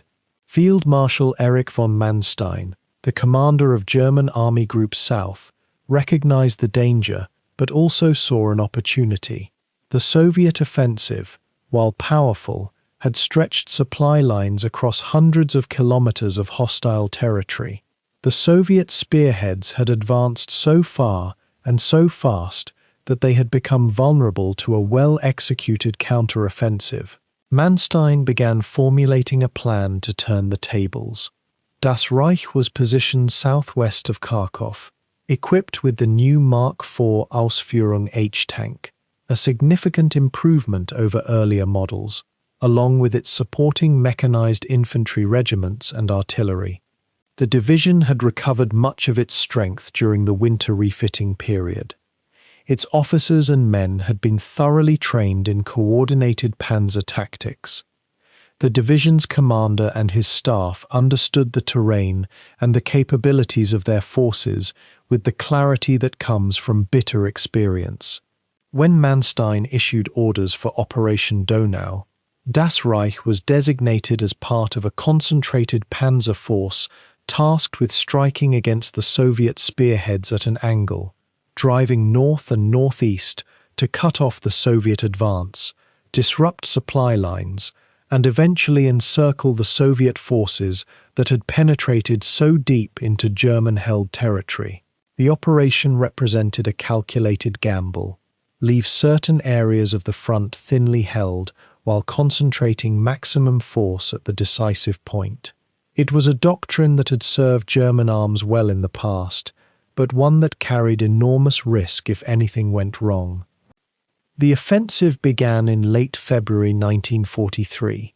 Das Reich, moving in coordination with other panzer divisions and motorized infantry units, advanced northward from its assembly areas. The terrain across the Ukrainian steppe is vast and relatively featureless during winter. Snow covered the ground, but the frozen earth allowed tracked vehicles to move with reasonable speed. Soviet resistance existed, but was far lighter than what Das Reich had encountered during the initial phases of Barbarossa. The Germans understood that the Soviet forces in the forward areas were exhausted, operating far from their supply bases, and beginning to sense that their opportunity for total victory had slipped away. The pace of the German advance accelerated. Supply columns worked to keep fuel and ammunition flowing to the rapidly moving panzer regiments. By early March, Das Reich had advanced more than 100 kilometers, driving deep into territory that had been controlled by Soviet forces only weeks earlier. Villages that had briefly known Soviet occupation were retaken. German forces were now executing what amounted to a large-scale operational encirclement. What gave this operation its particular significance was that it worked.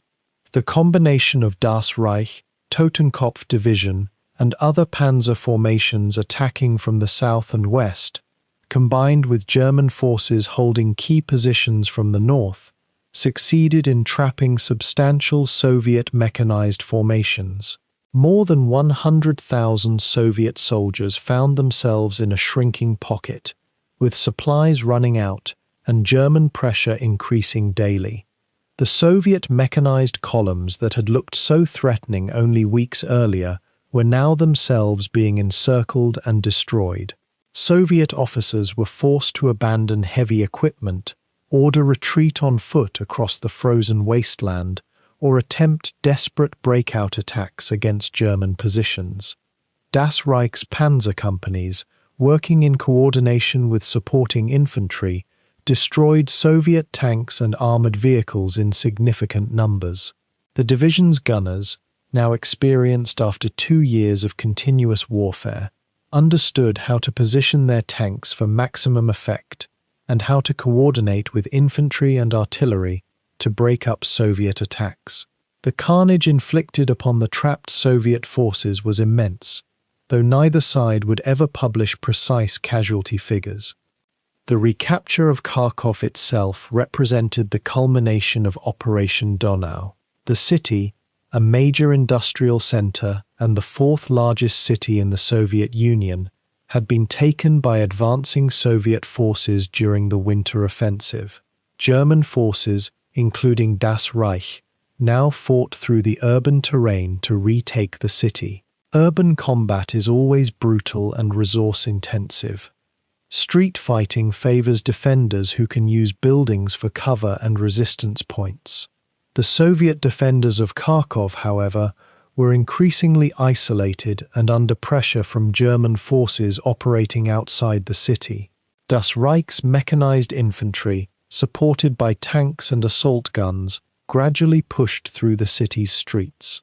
Soviet resistance, fierce in places, gradually crumbled under the weight of sustained German pressure and the realization among Soviet commanders that continued resistance was futile.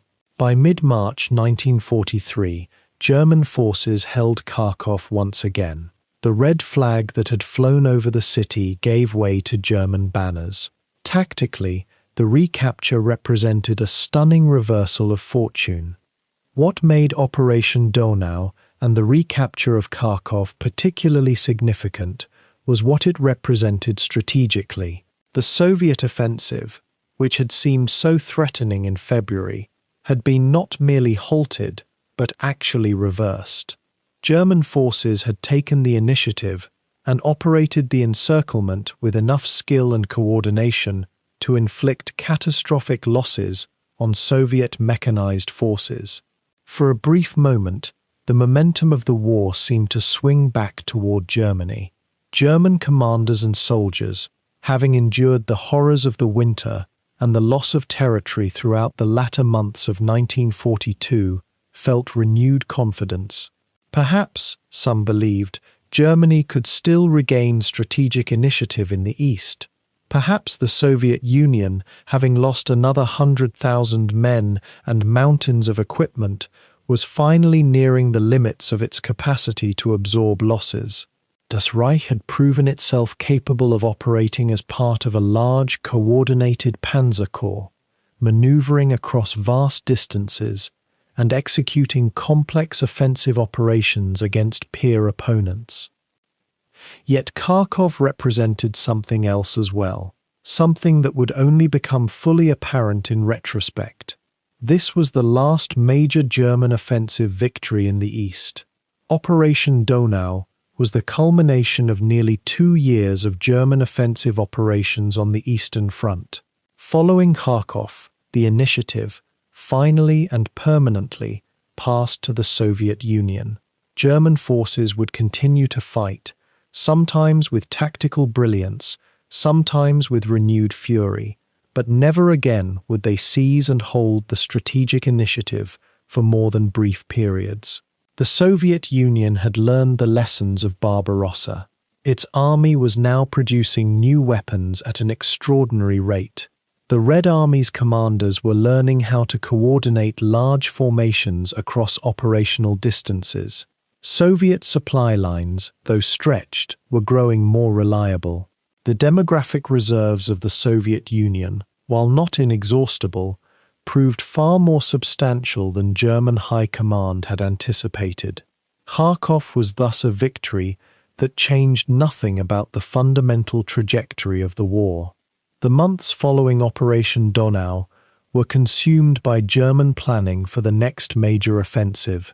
Manstein and other senior commanders were already working on plans for Operation Citadel, an offensive aimed at reducing a large Soviet salient near the city of Kursk. The logic was familiar: concentrate force, execute a successful encirclement, destroy Soviet forces in large numbers, regain strategic initiative. German planners believed that Operation Citadel would replicate the success of Kharkov on an even grander scale. Intelligence reports suggested that Soviet forces in the Kursk salient were vulnerable to a coordinated attack from north and south. German generals, their confidence restored by the success at Kharkov, convinced themselves that one more major offensive, conducted with the same operational skill that had worked so well in February and March, would break Soviet resistance and restore German strategic prospects in the east. Das Reich, having proven itself as part of the Panzer Corps structure at Kharkov, was designated to play a key role in the Citadel operation. The division would rest and refit during the spring months of 1943, preparing for the great battle that German commanders believed would determine the outcome of the entire war. For Das Reich, in the spring of 1943, Kharkov represented a triumphant moment. The division had been bloodied and exhausted after the winter, had faced the prospect of being ground down by Soviet material superiority and numerical advantage, and had instead emerged victorious from a major operational success. Officers and men could point to concrete achievements: territory retaken, Soviet forces destroyed, strategic positions regained. The division's losses in the winter had been replaced with fresh equipment and personnel. The new tanks arriving from German factories were superior to the Soviet T-34 tanks in several technical respects. German panzer tactics, refined through nearly 2 years of continuous combat, represented some of the most advanced mechanized warfare doctrine in the world. The coordination between tanks, infantry, artillery, and air support achieved during Kharkov stood as evidence of German military professionalism. For a brief moment it seemed possible that Germany might yet turn the tide in the east. It was an illusion born of tactical success and a fundamental underestimation of Soviet industrial capacity and manpower resources. But for the soldiers of Das Reich who had survived the winter, who had endured the retreat and regrouping and the long cold months of hunger and fear, Kharkov was a moment of vindication. They had fought through nearly impossible conditions and emerged on the other side. They had proven themselves capable of offensive operations against determined opponents. The knowledge that their training had been sufficient, that their equipment was adequate, that their division could execute complex maneuvers and achieve decisive victory, gave them a confidence born of genuine accomplishment. Das Reich had evolved from a motorized SS formation into a mechanized panzer division capable of operating at the highest levels of operational sophistication. The price paid in blood and suffering during the winter could not be forgotten, but it could be balanced against the knowledge that the sacrifice had yielded real military achievement. The recapture of Kharkov represented the apex of Das Reich's combat effectiveness on the Eastern Front. The division had never been stronger, never more capable, never more confident in its ability to overcome any opponent. Yet that apex would prove temporary, a moment suspended between two eras of the war. The summer of 1943 would bring new challenges, new enemies, and new forms of attrition that would gradually, then dramatically, reduce Das Reich from an elite panzer formation to a fragmented collection of survivors struggling to hold back an overwhelming tide. By the middle of 1943, the Eastern Front had become a grinding machinery of attrition that neither side could afford, yet neither could abandon. The German Wehrmacht had stabilized the line after the catastrophe at Stalingrad and achieved a tactical triumph at Kharkov, recapturing the city through coordinated Panzer Corps maneuvers. Yet stability was an illusion. Soviet forces were building strength at an alarming rate, their factories producing tanks and guns in numbers that seemed to defy rational calculation. The German General Staff understood a fundamental truth. They could not win a war of attrition against an opponent with access to unlimited manpower and industrial capacity. They could only win through maneuver, through audacious strikes that would shatter Soviet cohesion and restore German momentum. In the summer of 1943, they would attempt one final, massive offensive operation. They called it Operation Citadel. The world would remember it as the Battle of Kursk.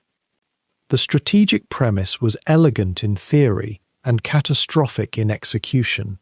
German intelligence had identified a massive bulge in the Soviet line around the city of Kursk, a salient roughly 100 kilometers wide, extending into German-held territory.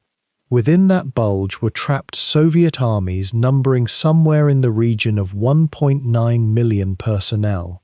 If German forces could attack from north and south simultaneously, pinching off the salient, they might encircle and destroy an entire Soviet army group.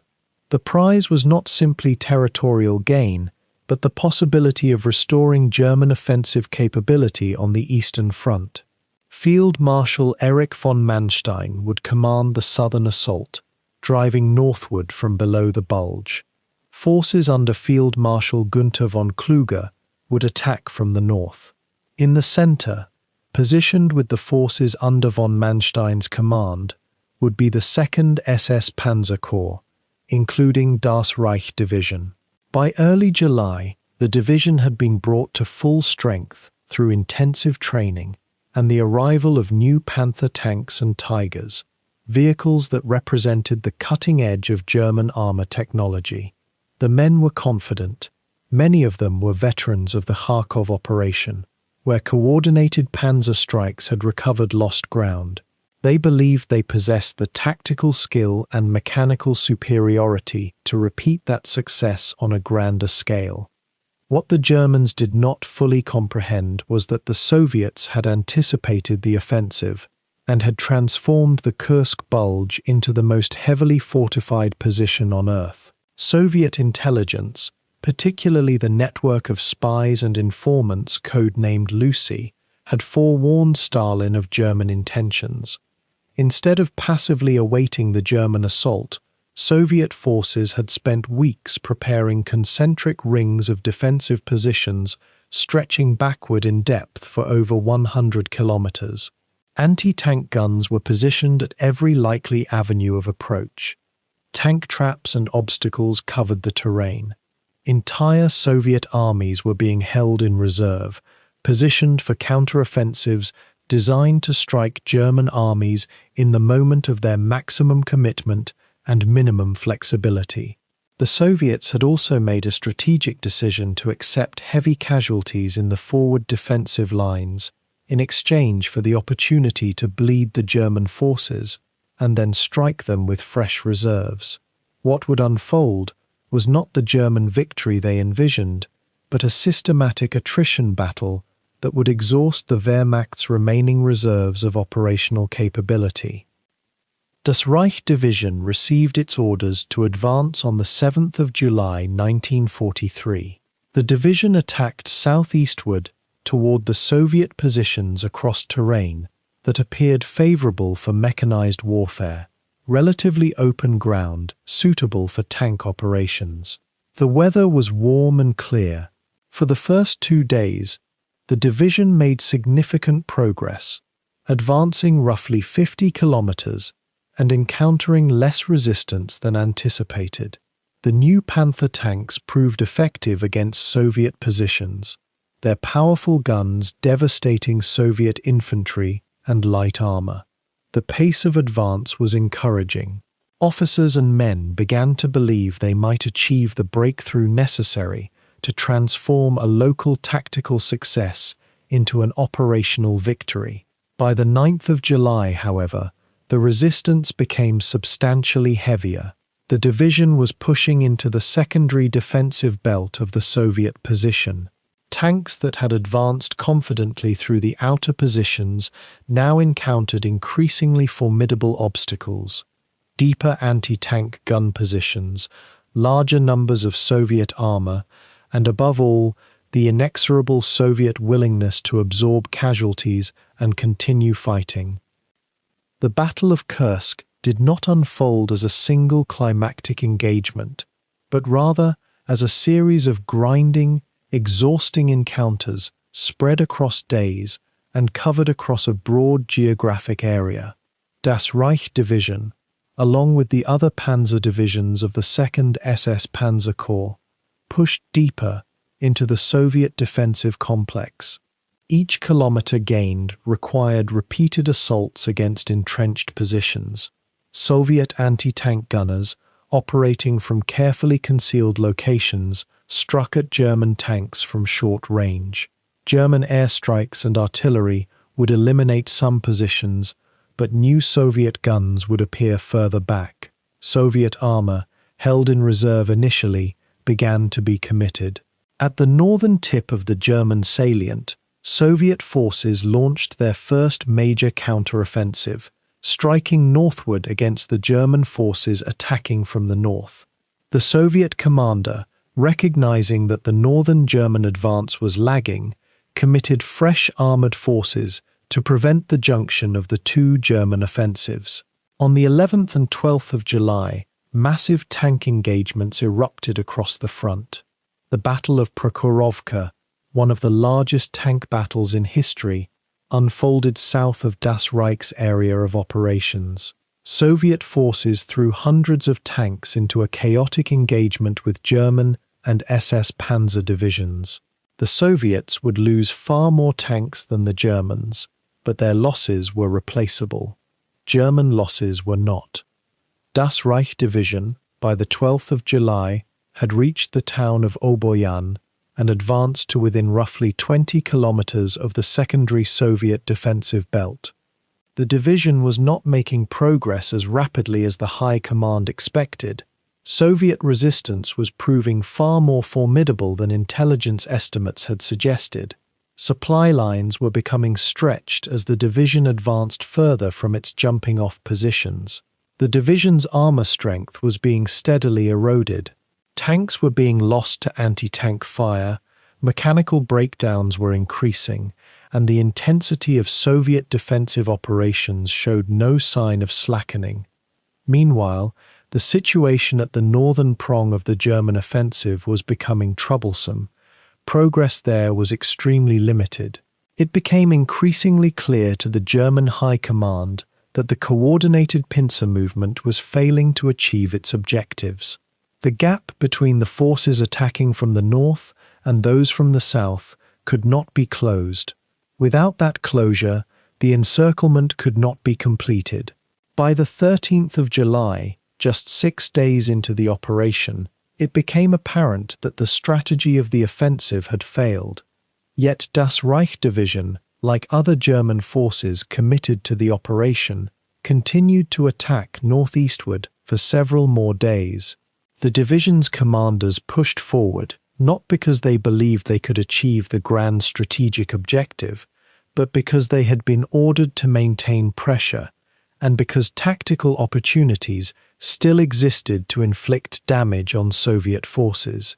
The division encountered the first echelon Soviet reserves and engaged them in brutal positional warfare, the antithesis of the maneuver warfare for which German panzer divisions had been designed and trained.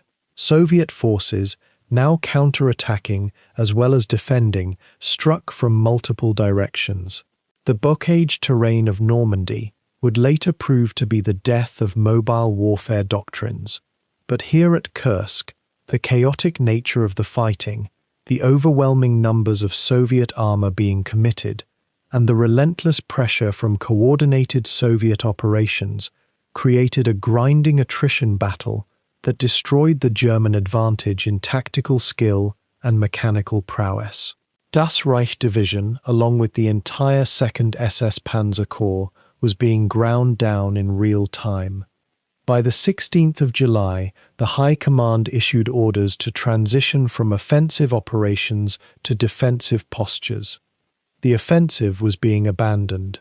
The reasons were multiple and reinforcing. The failure to achieve the northern breakthrough, the mounting losses to German armor and personnel, the commitment of Soviet reserves that threatened to overwhelm German forces, and most significantly, the outbreak of a major Soviet offensive in a completely different sector of the front. While German forces were concentrated around Kursk, Soviet forces had launched a massive offensive toward the Donets River, threatening to break through German lines in the south and west. The German High Command, recognizing the catastrophic implications of having invested so much of their mobile reserve in an operation that could not succeed, made the decision to terminate Citadel and begin a fighting withdrawal. Das Reich Division and its corps would receive orders to disengage from the Soviet positions and move southwestward toward a new defensive line. The division had sustained substantial casualties. Tank losses had been significant. The division that disengaged from the Kursk battlefield in late July 1943 was substantially weaker than the division that had attacked 10 days earlier. The consequences of the failure at Kursk extended far beyond the immediate losses of men and machines. Kursk represented the last major German offensive operation on the Eastern Front. After Kursk, German military policy on the Eastern Front became one of managed retreat, fighting withdrawal, and defensive consolidation.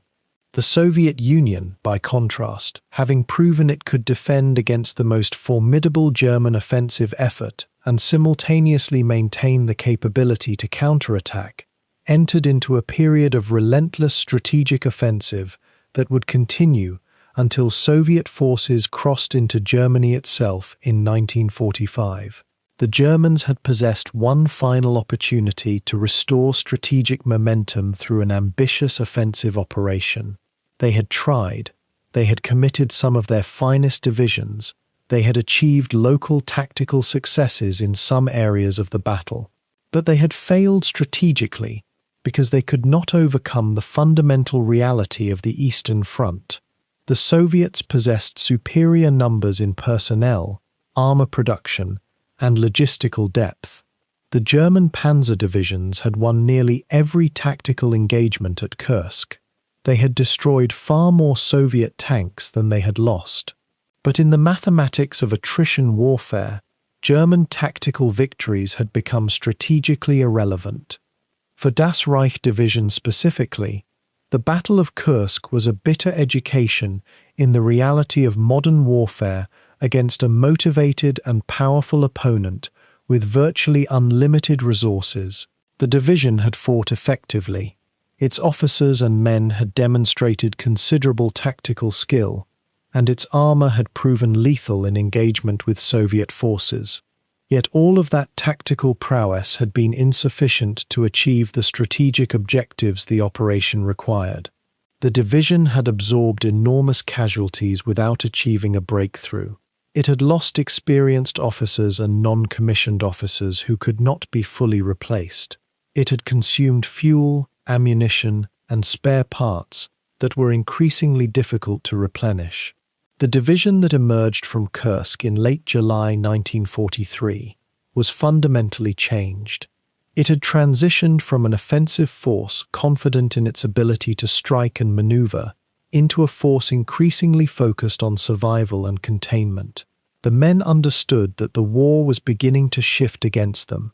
The seemingly invincible German war machine that had conquered France and driven deep into the Soviet Union was now facing the prospect of defensive struggles against enemies who possessed superior resources and seemingly infinite reserves of manpower. Over the following months, Das Reich Division would remain on the Eastern Front, engaged in retreating actions and fighting withdrawals as the Soviet Union maintained relentless pressure. The division would be pushed westward throughout late 1943 and early 1944, fighting fierce defensive battles in the Ukraine and the Donetsk region. Tank losses mounted. Personnel replacements became increasingly difficult to obtain.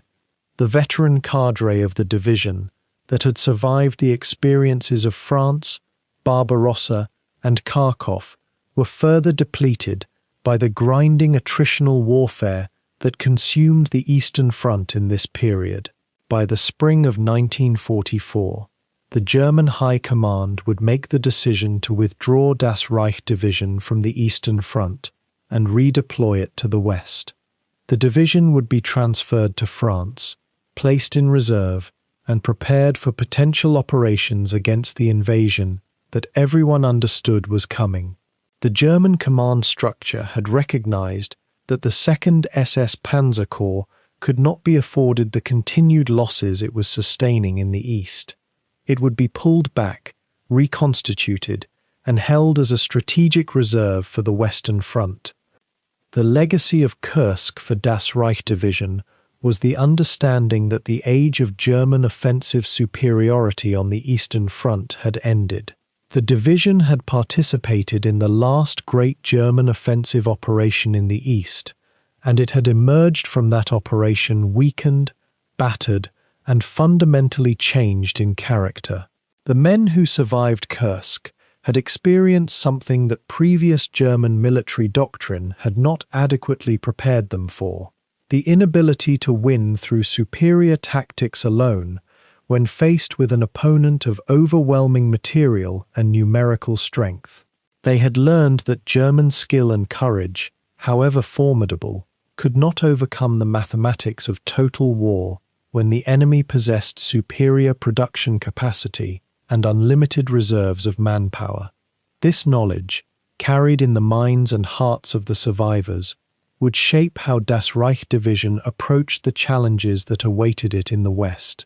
The division had been tested in the furnace of the Eastern Front and had emerged hardened but diminished. It would now face challenges of a different character, but challenges no less demanding. The age of German offensive warfare had passed.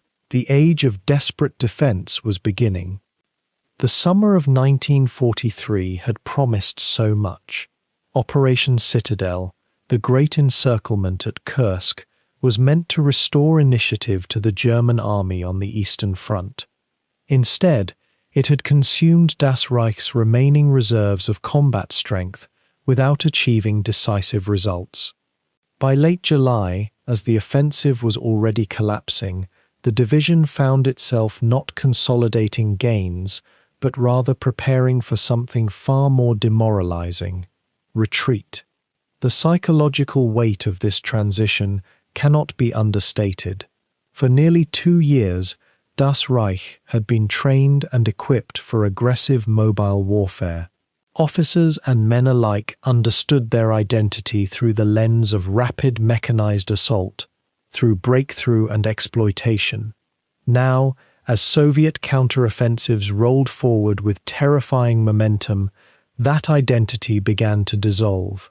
The division would spend the next 9 months in continuous contact with the enemy, fighting not to advance but merely to survive. The mechanics of strategic withdrawal on the Eastern Front were brutally different from the lightning campaigns of earlier years. Das Reich could not simply disengage and fall back to prepared positions. Instead, the division became locked in a series of delaying actions, each one designed to buy time for retreating army groups while accepting losses that could never be replaced.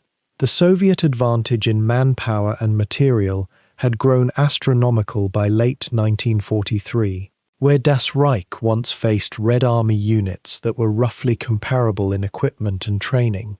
The division now confronted waves of mechanized forces equipped with T-34 and T-85 tanks that were superior to German armor in nearly every respect. Intelligence reports reaching division headquarters painted a picture of seemingly infinite Soviet resources. Reconnaissance aircraft reported concentrations of enemy armor that stretched for dozens of kilometers. Supply lines that had already grown tenuous during Kursk now became nearly impossible to maintain under constant pressure. Throughout August and September of 1943, Das Reich was pushed back from the Kursk salient toward the Dnieper River. The retreats were not panicked flights, but rather controlled withdrawals executed under fire. Rearguard elements would hold positions for hours or days, inflicting whatever casualties they could on pursuing Soviet forces before falling back to the next prepared line. Behind them, supply columns moved constantly, shuttling ammunition, fuel, and replacement equipment westward. The division's Panzer Regiment reported increasing difficulty in keeping tanks operational. Mechanical breakdowns, combat losses, and the sheer wear of continuous operations meant that operational strength declined steadily. Where Das Reich had deployed perhaps 180 tanks and assault guns to Kursk, by September, the division could field perhaps 80 viable combat vehicles. The loss rates among crew members were equally catastrophic. Experienced panzer commanders and gunners who had survived 2 years of war were being killed or wounded at accelerating rates. Replacement personnel arriving from the Reich were often inadequately trained for the complexity of armored warfare in such difficult conditions. The transition from offense to defense created new tactical challenges that proved psychologically corrosive to the division's officer corps. German doctrine had always emphasized aggressive action and rapid maneuver. Defensive operations were theoretically understood, but practically undervalued in the Army's culture and training methodology. Junior officers suddenly found themselves tasked with holding ground against larger forces rather than seeking to break through enemy lines. This required different temperaments, different tactical creativity, and a different relationship with time. In offensive operations, the advantage lay with the aggressive commander who could concentrate force at a decisive point. In defense, success often meant skillfully trading space for time, absorbing attacks, and gradually wearing down enemy momentum through attrition.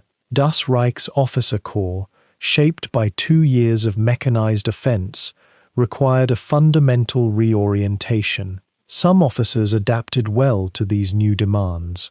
Others struggled, their confidence eroded by the reversal of strategic fortune. The Soviet counteroffensives themselves became increasingly sophisticated as the summer of 1943 turned to autumn.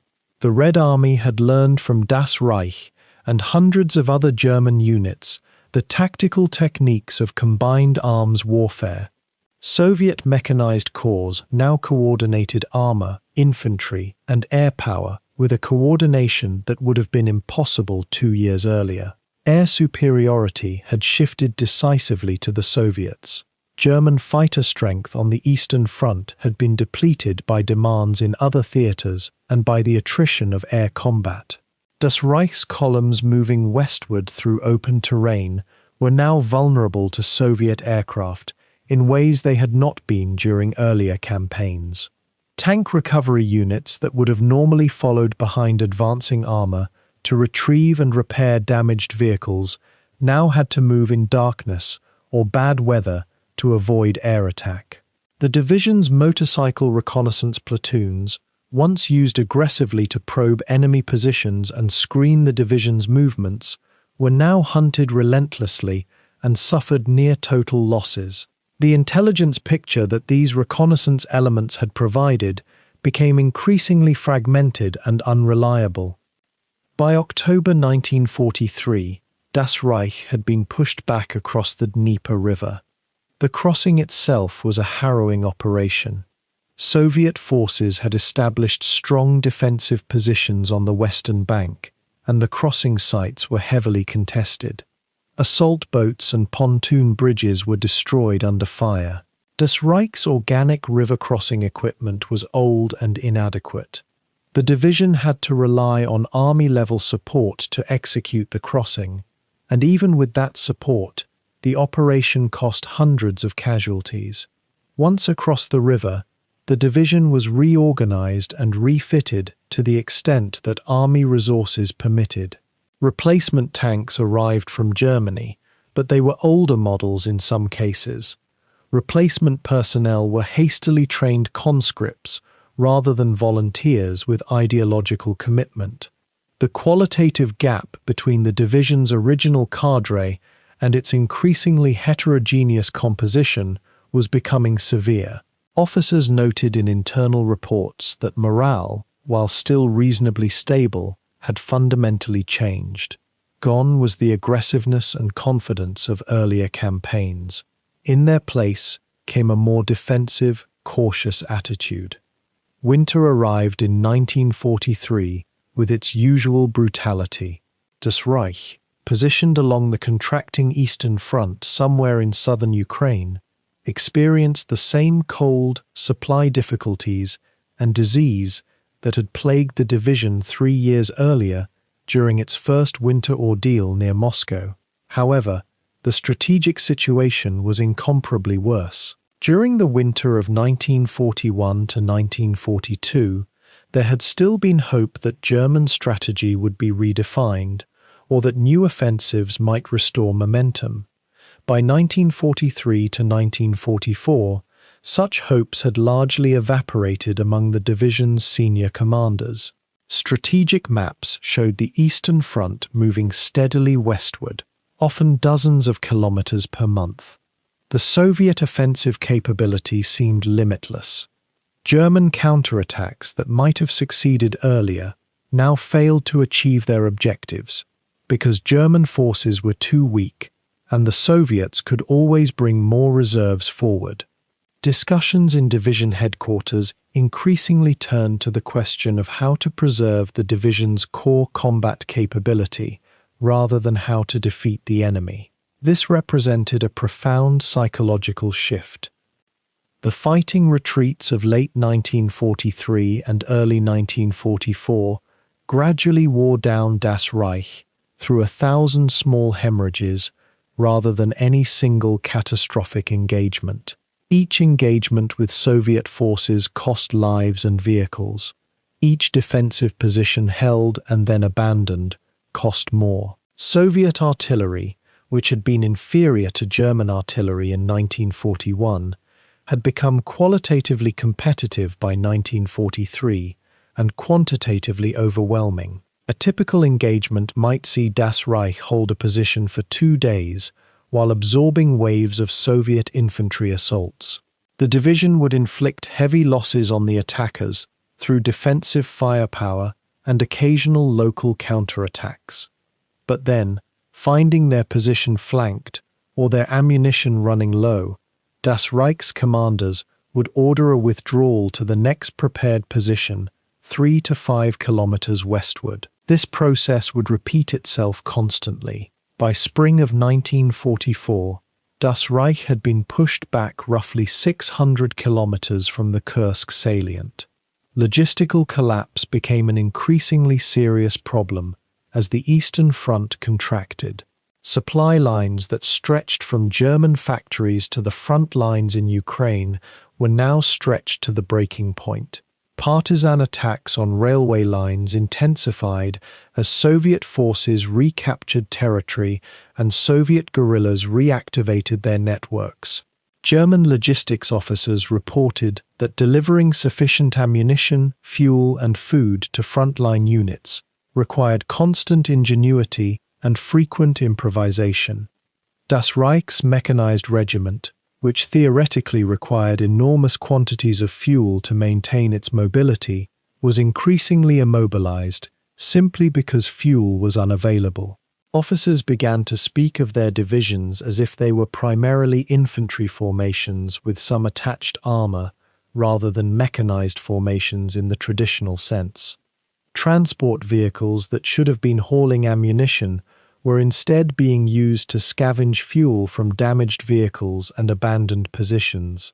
The division's medical personnel reported that casualties from disease, exposure, and malnutrition were increasing relative to combat losses. A man wounded in combat had a reasonable chance of survival if he could be evacuated quickly. A man weakened by malnutrition or suffering from frostbite had a much grimmer prognosis. The transition in Das Reich's composition and character accelerated through late 1943 and into 1944. The original cadre of SS volunteers and professional soldiers had been devastated by 2 years of combat. Surviving veterans occupied most of the senior officer and non-commissioned officer positions, but the mass of the enlisted men increasingly consisted of conscripts, men drawn into SS service through various mechanisms but lacking the ideological commitment of earlier enlistees. Some units received transfers of Wehrmacht personnel, further diluting the strictly SS character of the division. This created internal tensions. Officers and experienced non-commissioned officers often felt that the quality of their men was declining. Discipline and training standards had to be adapted to account for the different background and motivation of replacement personnel. At the same time, the intensity of combat experience meant that replacement personnel were forced to adapt quickly or die. Survival on the Eastern Front in 1943 and 1944 was a ruthless filtering process. Das Reich's anti-tank capabilities became increasingly important as Soviet forces grew larger and armor-heavy. The division's Panzer Regiment, despite losses, remained a formidable formation, but it was too small to be everywhere the enemy threatened. Anti-tank companies, equipped with anti-tank rifles and anti-tank guns, became the primary means of halting Soviet armor attacks. These units suffered losses at horrifying rates. Operating in small groups, often deployed to isolated positions, anti-tank personnel could expect to survive only a few engagements before being killed or severely wounded. The tactics evolved out of necessity toward ambush and concentrated fire. Rather than engaging tanks head-on, anti-tank crews learned to attack from the flanks or rear, where armor was thinner. They learned to let enemy armor pass through, and then attack from prepared positions where they had surprise and concentrating fire. These tactical refinements reflected hard lessons written in blood. By early 1944, Das Reich had been pushed back to positions along the Dnieper River and beyond. The division occupied a sector of the front somewhere in central Ukraine, far from the strategic location where it would soon be sent. Rumors circulated among the men that the division was being considered for withdrawal from the Eastern Front for refitting and redeployment. Some speculated about France. Others wondered if the division might be held in reserve in Germany itself. The psychological effect of these rumors was significant. Men who had spent years in continuous combat on the Eastern Front saw even the possibility of withdrawal as a reprieve. They did not yet know that Das Reich's withdrawal from the Eastern Front would not be a respite, but rather a transition to a different form of combat in a different theatre.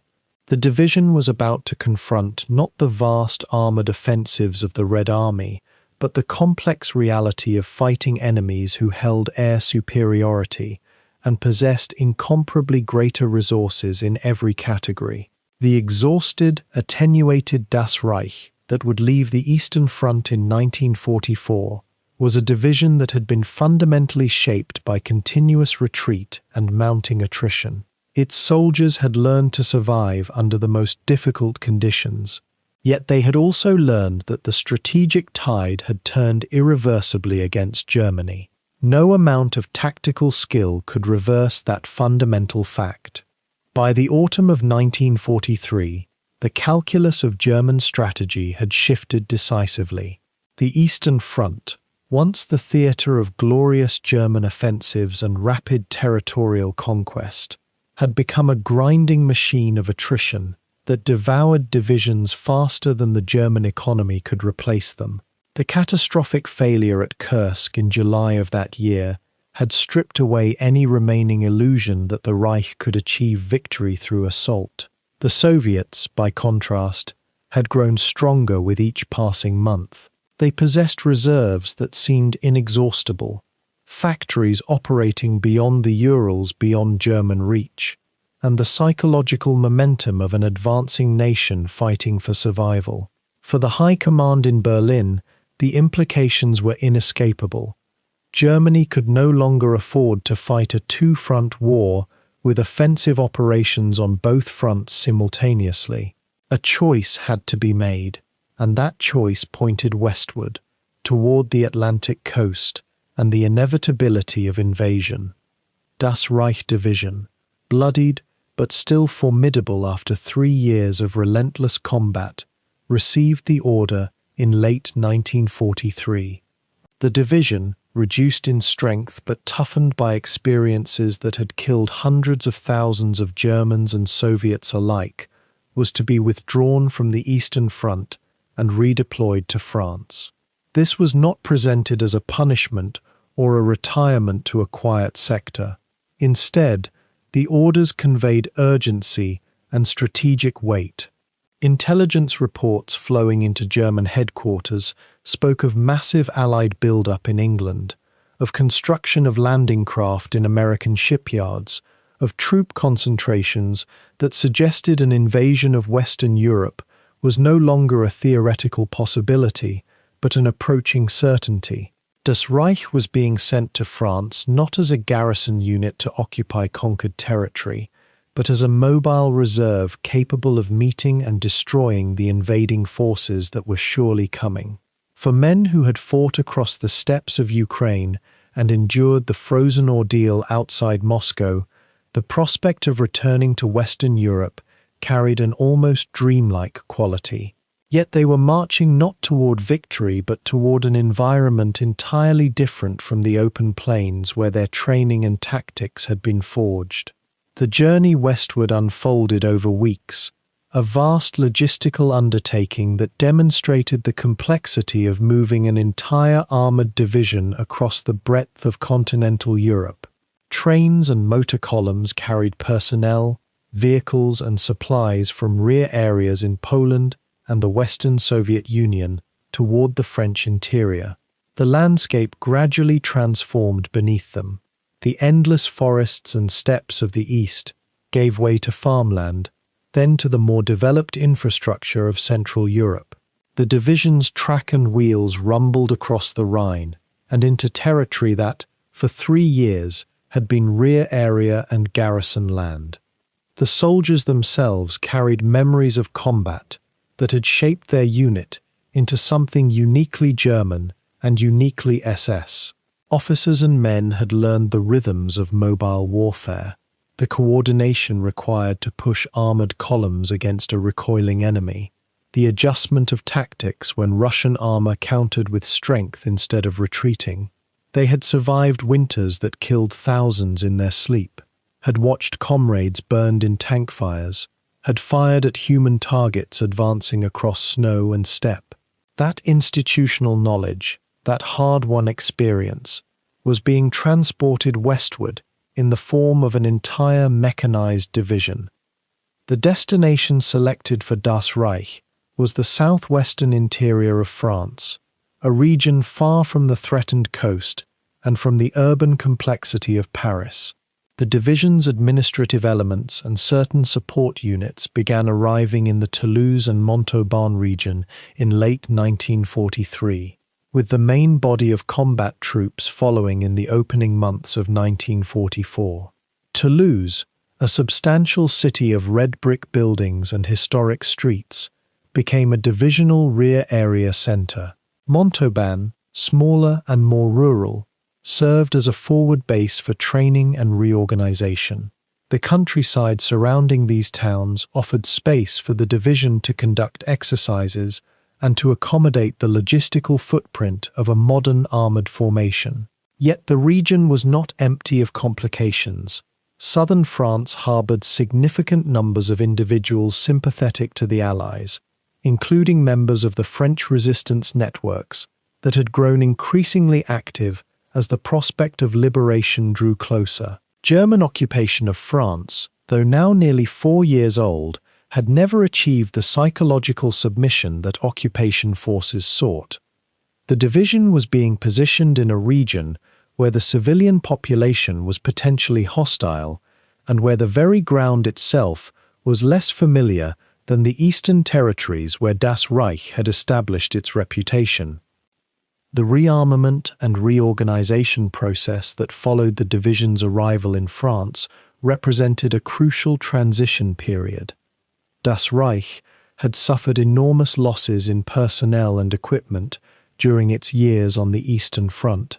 Tanks destroyed in combat had been gradually replaced, but the replacement process had never kept pace with losses. Infantry companies that had begun the war at full strength had been repeatedly cut down to skeleton crews and then rebuilt with fresh conscripts and SS volunteers. The command structure had evolved through painful experience. Officers and non-commissioned officers who had survived 3 years of warfare now carried knowledge that could be transmitted to newer soldiers, but the process of integration and training was time-consuming and complex. In the Toulouse and Montauban region, Das Reich received new vehicles, reorganized its command sections, and conducted training exercises designed to sharpen the division's tactical capabilities. Panther tanks, the finest medium tanks the German army possessed, began arriving to replace earlier models. Self-propelled guns and tank destroyers were positioned within the division's structure. The infantry regiments were reorganized and brought up to fuller complement. Officers conducted map exercises and tactical discussions focused on the problem that everyone understood but none could fully predict. Where would the Allies strike, and how should Das Reich respond to contain or destroy the invasion force? The intelligence picture confronting German high command in early 1944 was simultaneously alarming and ambiguous. The Allies were clearly building up forces in England at a pace that suggested major operations were imminent. Aerial reconnaissance flights that managed to penetrate British airspace brought back photographs of landing craft concentrations, of transport ships in ports, of troop encampments stretching across the English countryside. German intelligence analysts, working from these observations plus radio intercepts and reports from agents and informants, concluded that invasion was certain. Yet the exact location of the invasion remained uncertain. The German High Command remained genuinely divided in its assessment. Some commanders believed that the Allies would strike at the Pas-de-Calais region, where the English coast lay closest to France and where German defences had been substantially reinforced. Others argued that Normandy, further south and west, was a possible target. Still others suggested that multiple landings might occur across different sectors of the French coast. This uncertainty affected the placement of German reserves and the movement of divisions like Das Reich. The division was positioned in the interior of France, roughly 200 to 300 kilometers from the coast, in a location that allowed response to threats along the western Atlantic coast or potentially to support operations in other threatened sectors. The command structure within Das Reich during this period underwent shifts that reflected both the division's experience and the evolving nature of German military organization. The division was part of the two SS Panzer Corps, a larger formation that combined Das Reich with the Hohenstaufen division and additional support elements. This corps structure meant that Das Reich operated within a command hierarchy that provided coordination and strategic direction. Corps commanders received orders from army headquarters and from the Wehrmacht and SS command structures. Das Reich's divisional commander during this period held responsibility for the division's operational readiness and for maintaining the training and morale of the troops. The officers and non-commissioned officers who had survived the Eastern Front represented a valuable resource. These men understood combined arms tactics at a practical level. They had coordinated infantry and armor in combat conditions. They had learned to respond to unexpected enemy actions and to adapt tactics when preset plans encountered reality. This accumulated experience was essential as the division prepared for deployment in a theatre of war that was fundamentally different from the open territories of Eastern Europe. The training conducted in southwestern France during the first half of 1944 attempted to bridge the gap between the division's Eastern Front experience and the operational environment it would face in Normandy and beyond. The bocage terrain that characterized much of Normandy was unlike anything that Das Reich had encountered in Poland, Russia, or Ukraine. In the Eastern Theatre, the division had operated in relatively open country, where mechanized tactics of massed tanks and motorized infantry could be employed with flexibility. The division's doctrine emphasized rapid maneuver, concentration of force at decisive points, and the exploitation of breakthrough opportunities. These tactics had worked brilliantly against less mechanized enemies and had proven effective even against Soviet forces when the Germans held the initiative and possessed superior intelligence about enemy positions. Yet in the bocage, the terrain itself negated many of these advantages. The bocage was a world of small fields enclosed by dense hedgerows, where visibility was severely restricted and where armoured vehicles moved with difficulty. The division's training exercises in France began to address this tactical problem, though the full implications would only become clear when Das Reich encountered the bocage directly under combat conditions. The morale of the troops during this redeployment period represented a complex mixture of emotions and expectations. The soldiers and officers who had fought in the East carried with them an awareness of their unit's capabilities and reputation. Das Reich had established itself as one of the most capable German formations in continuous combat. The division had survived the winter near Moscow, had participated in successful counter-offensives, and had proven its ability to sustain combat operations against an enemy with access to enormous material resources and manpower. Yet the psychological impact of the retreat across Eastern Europe in late 1943 had not been lost on the troops. The endless advance eastward that characterized 1941 and 1942 had given way to a series of withdrawals and fighting retreats that were wearing and dispiriting. The prospect of deployment to France carried mixed implications. On one hand, returning to Western Europe meant relief from the grinding pressure of the Eastern Front. The climate was milder, the supply lines shorter, and the prospect of regular rotations and rest offered some hope. On the other hand, the soldiers understood at some level that they were being sent to meet an invasion that German strength could not indefinitely prevent. The ideological certainty that had characterized the early war years had been worn away by experience. What remained was primarily a sense of duty and a desire to survive. The relationship between Das Reich and the civilian population in the Toulouse and Montauban region proceeded along lines established by years of German occupation. The division required billets for its troops, supplies for its vehicles, and cooperation from local authorities in maintaining order and facilitating training operations. The civilian population, for the most part, accepted the occupation as an existing fact, though acceptance ranged from resigned tolerance to active hostility. The resistance networks that were beginning to organize for the liberation campaign were already active in the region, gathering intelligence on German deployments and preparing for operations against German forces. The division's security apparatus and the occupation authorities attempted to maintain order through a combination of routine checkpoints, informant networks, and occasional aggressive operations against suspected resistance elements.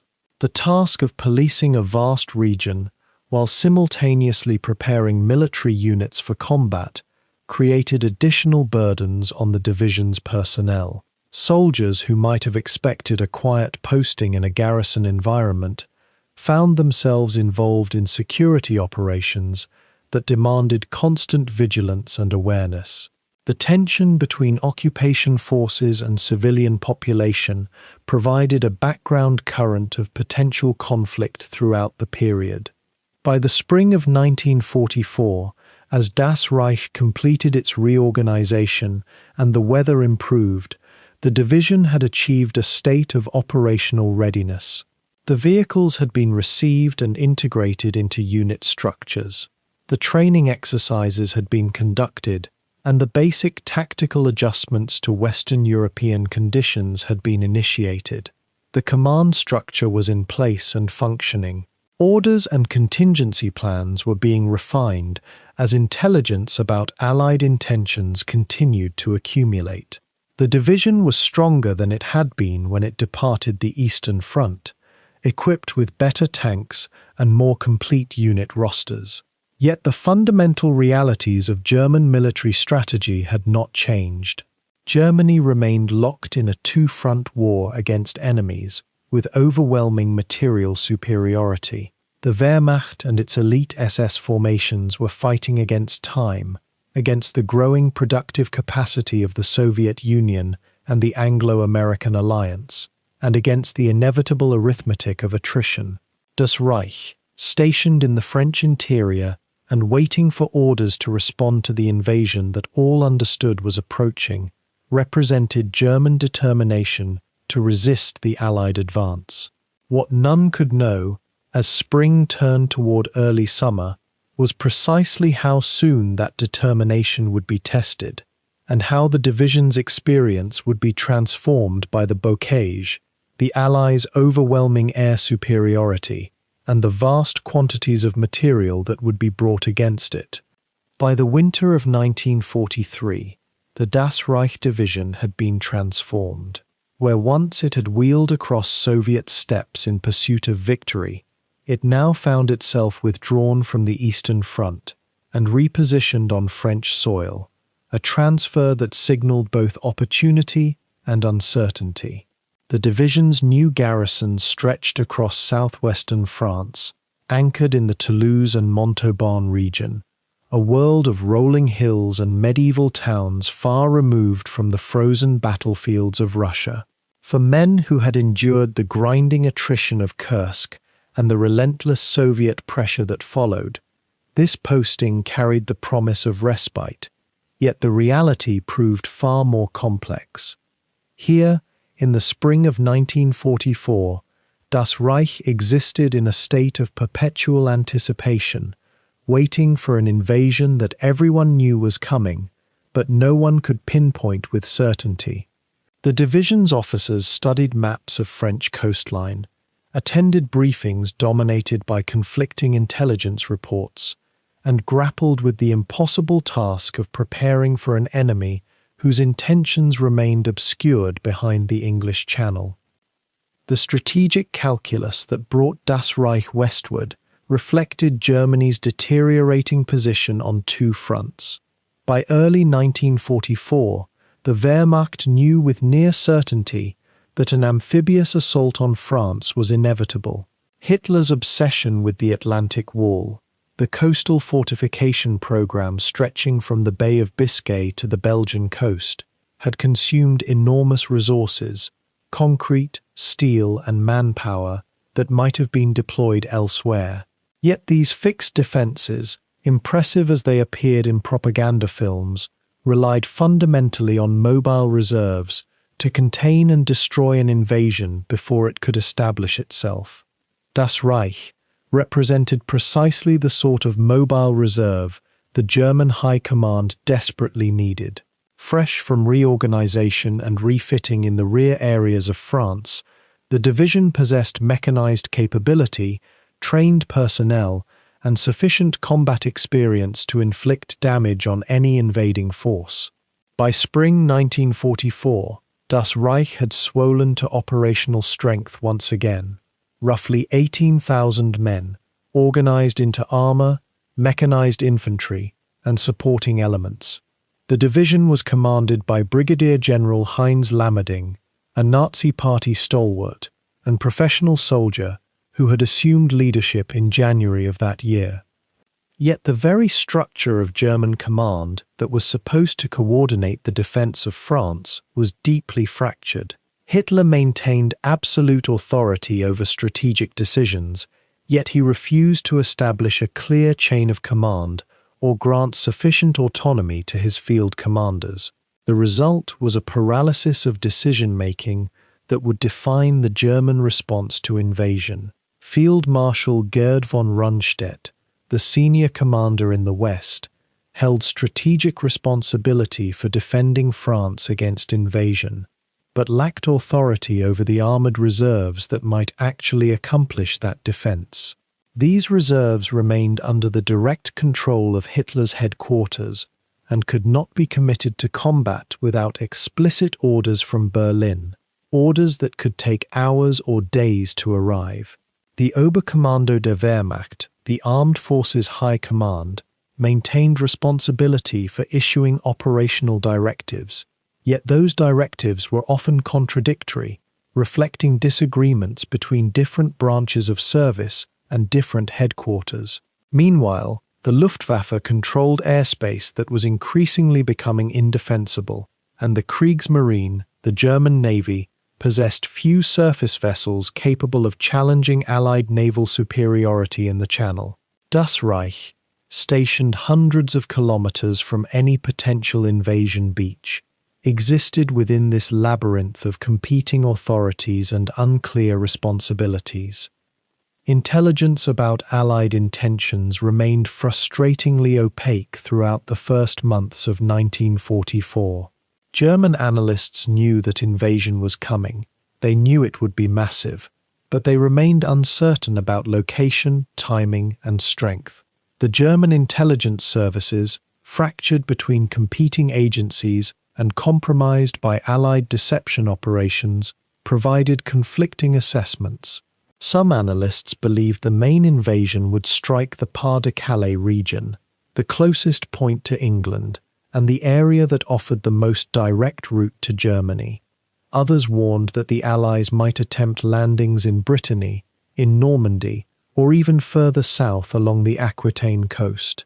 The presence of Das Reich in southwestern France reflected one school of thought, that the invasion might come in the south, perhaps supplemented by airborne operations, and that mobile reserves positioned inland could contain such an assault. Yet this logic was never settled into firm doctrine. Instead, German formations throughout France remained in a state of dispersal, positioned to meet invasion threats that might materialize almost anywhere along the coast. The longer the winter of 1944 stretched into spring without invasion, the more German units settled into garrison routines, training exercises, and the ordinary rhythms of an occupying army.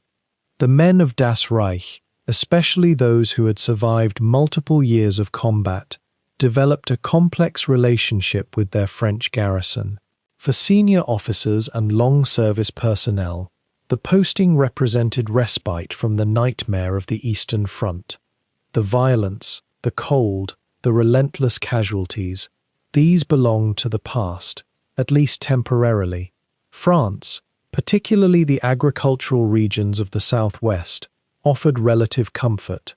The local French population, though hostile to German occupation, provided access to food and supplies that had become scarce in Germany itself. Younger soldiers, conscripted into the Wehrmacht rather than voluntarily joining the SS, experienced France as a training ground where they could practice their trade without immediate risk.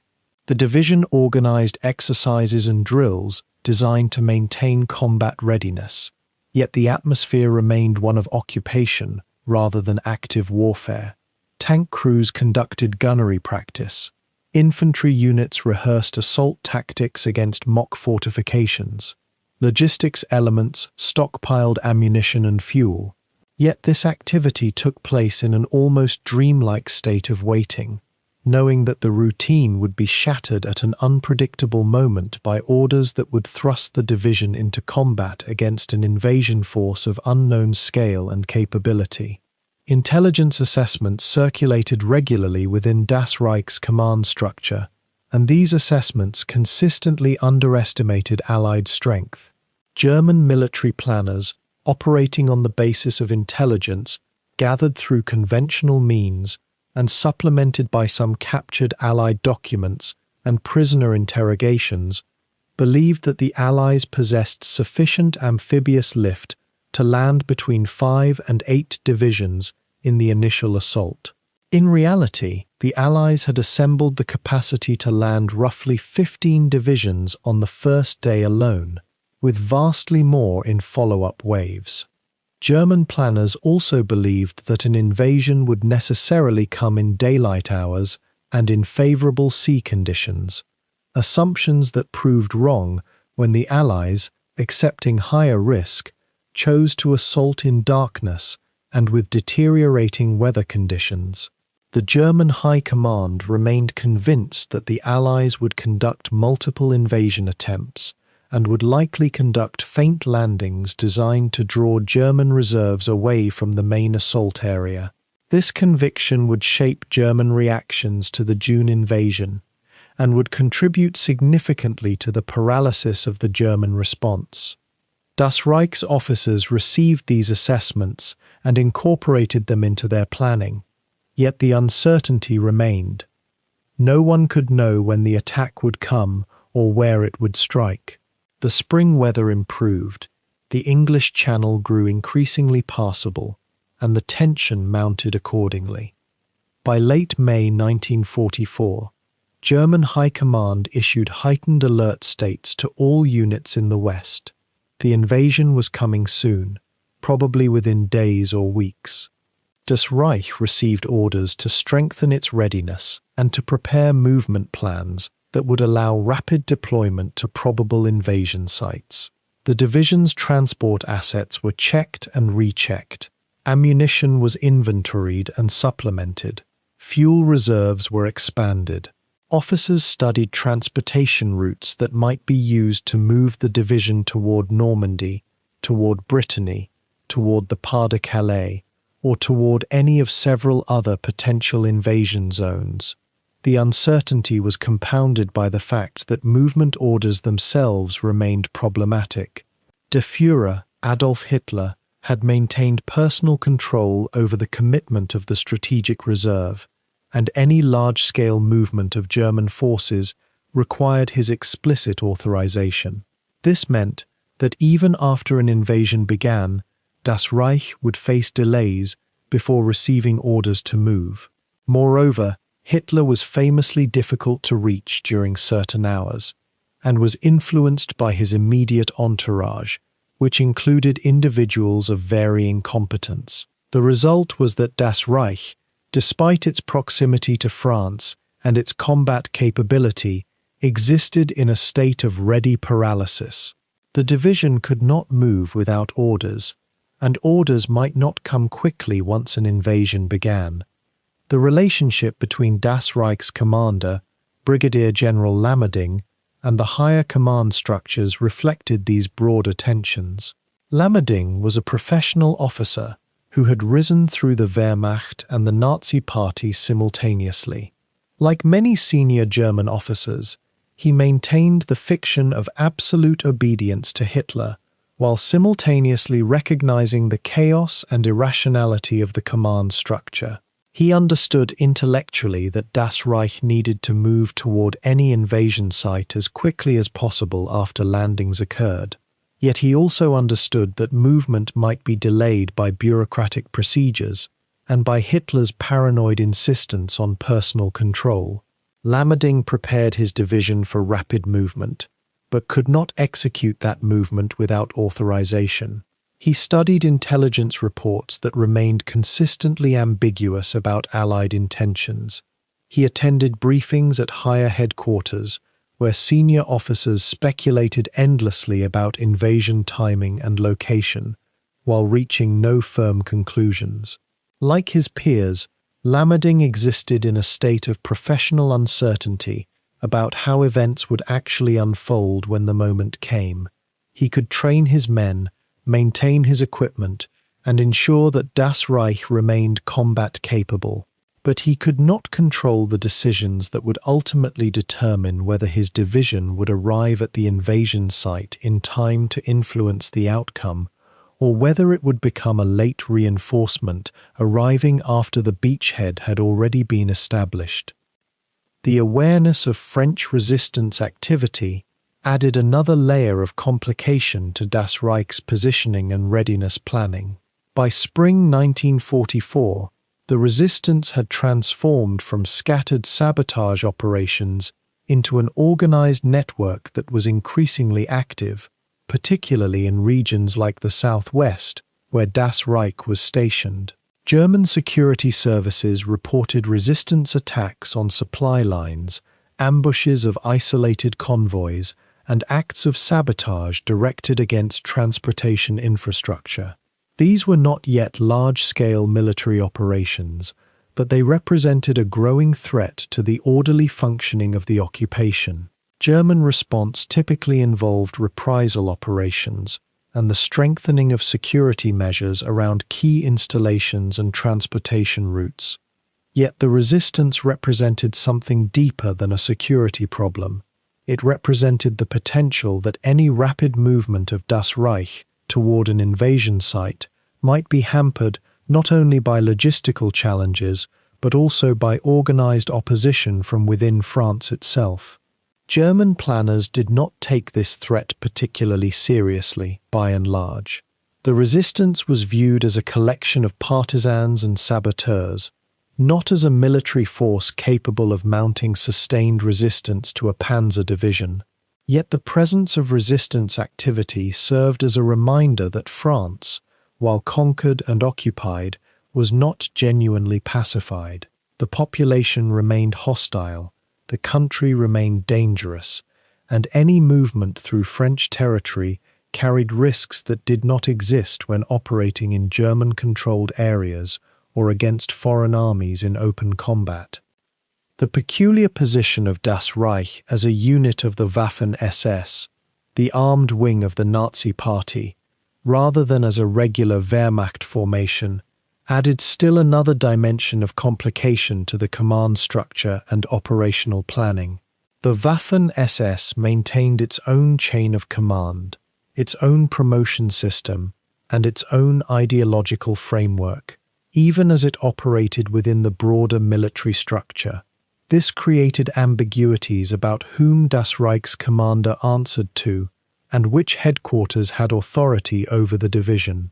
Was Das Reich subordinate to the Wehrmacht command in France, answerable ultimately to von Rundstedt, or did it maintain special status as an SS formation answerable directly to Heinrich Himmler and the SS hierarchy? In practice, the answer was both and neither, a typical feature of Nazi governmental organization where competing authorities claimed jurisdiction and clarity never truly existed. This did not necessarily create immediate operational problems, but it meant that decisions about movement, commitment, and support could become entangled in jurisdictional disputes at the very moment when rapid decision-making was essential. Officers in Das Reich understood these complexities, and they understood that the division's position within the SS gave them both advantages and disadvantages. As an elite SS unit, Das Reich received preferential access to equipment and training. Yet as an SS unit in the West, Das Reich remained somewhat isolated from the main Wehrmacht command structure and could not rely on the same logistical networks that supported regular army formations. By late May 1944, the tension within Das Reich reached a peak. The division was positioned, trained, equipped, and ready for combat. The officers knew invasion was imminent. The men understood that deployment was coming, yet no one knew when or where. Orders remained unclear. Command authority remained ambiguous. The route to be taken remained uncertain. The division waited in southwestern France, watching the calendar advance toward June, knowing that the great invasion could begin at any moment. Radio operators maintained watch on their frequencies. Dispatch riders stood ready with their motorcycles. Tank crews sat in their vehicles during alert periods. The men existed in a state of compressed anticipation, aware that their entire destiny might hinge on orders that had not yet been issued, on directions that had not yet been clarified, and on decisions made in Berlin by people who did not understand the realities of warfare on the ground. Das Reich, for all its combat experience and its military capability, possessed ultimately no control over the circumstances that would determine its role in the coming campaign. The division could only wait, prepare, and hope that when the moment came, events would unfold in a way that allowed its considerable abilities to be employed effectively. That moment, though no one could have predicted it with exactness, was now only days away. In the pre-dawn hours of the 6th of June 1944, the Atlantic coast of Normandy erupted into controlled chaos. Nearly 7,000 vessels of every conceivable type, transports, destroyers, minesweepers, landing craft, pushed through heavy seas toward the Norman beaches. Above them, thousands of aircraft filled the sky, their engines a continuous roar that seemed to shake the earth itself. For weeks, German commanders had awaited this moment, knowing with near certainty that an invasion would come, yet uncertain precisely where the Allies would strike. The deception campaign Operation Fortitude had done its work with devastating effectiveness. German High Command remained convinced that the true assault would fall on the Pas-de-Calais, far to the north. Normandy, in their assessment, was a secondary threat, or perhaps merely a feint, designed to draw forces away from the genuine objective. In the headquarters of Das Reich, stationed more than 400 kilometers south of the invasion beaches in the Toulouse and Montauban region, officers received their initial orders with a mixture of resignation and grim determination. The division had spent the preceding months in a state of watchful waiting, conducting training exercises and maintaining readiness against the ever-present threat of invasion. The men were well equipped, their tanks and half-tracks in reasonable condition, their morale sustained by the knowledge that they represented one of the Reich's most formidable mobile formations. Yet they were also exhausted from the Eastern Front, scarred by brutal winters and endless Soviet counterattacks, weary from a year of continuous retreat. Now, as dawn broke over Normandy, the order came down. Das Reich was to move north immediately and engage the Allied beachhead.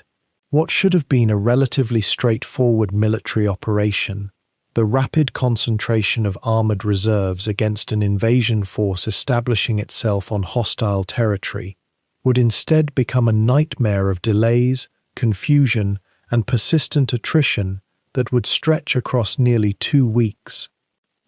The initial orders that reached Das Reich's command structure were themselves contradictory and deeply problematic. Army Group B, under Field Marshal Erwin Rommel, issued directives calling for immediate deployment of panzer reserves toward the invasion sites. Yet the Armed Forces High Command in Berlin, under Adolf Hitler's personal direction, had placed Das Reich under direct operational control from the capital. This divided authority meant that movement orders had to be approved through multiple chains of command, each layer introducing delay and revision. Hitler's own anxieties about the invasion fueled his caution. He remained convinced that Normandy was merely a deception, that the true assault would come elsewhere, and he refused to commit his strategic reserves with the urgency that field commanders demanded. Das Reich received preliminary movement orders, then confirmatory orders, then revised orders that contradicted the originals. The division's commander, Sturmbannführer Otto Baum, watched the hours slip away as staff officers attempted to clarify which authority had legitimate command over his formation. By mid-morning of the 6th of June, as American, British, and Canadian troops were consolidating their positions on the beaches and pushing inland, Das Reich was still largely stationary, awaiting definitive orders that would come only after further bureaucratic wrangling. When the order to move finally became clear and binding, Das Reich mobilized with impressive speed. The division's motor pools and assembly areas erupted into controlled activity. Panther tanks and Panzer IV tanks rolled out from their dispersed positions, their crews performing final checks and weapon tests as the massive formation began to coalesce into a mobile column. Self-propelled guns and armored cars took their places. Grenadier companies rode in half-tracks or aboard trucks, their small arms and field equipment secured as the column prepared for the long journey north. Logistics vehicles, fuel tankers, and ammunition carriers organized themselves into the intricate sequence necessary for a sustained mechanized advance. By late afternoon of the 6th, Das Reich was moving. The column stretched for dozens of kilometers along the roads leading northward from Toulouse toward the heart of France. Officers and non-commissioned officers navigated using maps and aerial reconnaissance reports. The distance to Normandy was roughly 700 kilometers, a journey that under normal circumstances, with unimpeded roads and adequate fuel, could be accomplished in perhaps 4 or 5 days of continuous movement. The column commander and his staff calculated arrival in the Normandy sector by the 10th or 11th of June. Yet from the moment the column began to move, it encountered a resistance that was neither regular army nor conventional in nature, but which proved notably effective nonetheless. The French resistance, coordinated in part by radio contact with London and receiving intelligence about German movement patterns, had already begun systematic attacks against the division's long, vulnerable column. Ambush teams positioned themselves along the narrow roads, attacking supply trucks and fuel vehicles with grenades, machine gun fire, and mines. Many of these resistance fighters were poorly armed with rifles looted from surrendered French arsenals, with homemade explosives, with whatever weapons could be smuggled in or manufactured in cellars and barns. Yet they possessed knowledge of the terrain, the ability to move freely among the civilian population, and the critical advantage of surprise. A fuel tanker would be proceeding north along a seemingly secure road, when suddenly the road ahead would erupt in violence. A bridge that was supposed to be passable would be found destroyed, its spans dropped into the river below, or rigged with explosives that detonated at the approach of the German column. Small arms fire would rake columns from hedgerows and building windows. The attacks were rarely large enough to destroy a fully armed mechanized division, but they were constant, wearing, and cumulative in their effect. The division's response to this harassment illustrated a fundamental problem facing German forces in 1944. They were simultaneously trying to wage a modern mechanized warfare campaign against regular Allied forces, while also attempting to suppress what amounted to an irregular insurgency using conventional military methods. Detachments of panzer grenadiers would dismount from their vehicles to clear suspected resistance strongholds, conducting sweeps through villages and countryside in search of attackers who rarely stood to fight in open combat. These operations consumed time, fuel, and ammunition. They inflamed the civilian population, driving more people towards supporting the resistance, which in turn generated more attacks on the column. The division could not scatter its entire strength in small garrisons to secure every kilometre of road, yet neither could it simply ignore the attacks and press onward, as the constant casualties and vehicle losses would eventually render its combat ineffective. The contradiction was insoluble, and Das Reich's northward journey became a grinding, frustrating ordeal that violated every principle of rapid mechanized maneuver the division had learned during the Eastern Front. By the 7th and 8th of June, the magnitude of the problem became apparent to Das Reich's command. What had been calculated as a 5-day journey was now clearly going to take far longer. The French resistance was more organized and numerous than initial reports had suggested. Multiple bridges on the planned route had been destroyed. Supply lines stretching back toward Toulouse were coming under increasing attack. The division was consuming fuel at a rate that exceeded the delivery capability of the rear echelon, forcing commanders to ration fuel and reduce movement speed. Forward reconnaissance vehicles reported heavier resistance as the column moved further north. Most significantly, the air situation was deteriorating by the hour. The Luftwaffe had failed to maintain air superiority over Normandy, and increasingly, the skies above France belonged to Allied fighters and fighter bombers. Whenever the column moved during daylight hours, it risked attack from aircraft. Das Reich began to move primarily at night, but darkness created its own problems. Movement speed dropped, navigational errors became more common, and the column became even more vulnerable to ambush from an enemy that seemed to materialize from the darkness of the Norman countryside. The division's intelligence officers attempted to assess what was happening. Reports were fragmented and sometimes contradictory. Radio intercepts from resistance networks were encrypted or sent in codes that could not be quickly broken. The German command structure in France lacked reliable human intelligence about the scale and organization of the resistance. Military attachés and police units reported estimates that ranged from wildly optimistic to deeply alarming. What became clear, however, was that the resistance was not a minor nuisance created by scattered armed civilians, but rather a coordinated campaign with external support, better organization than previously believed, and the ability to inflict real damage on military operations.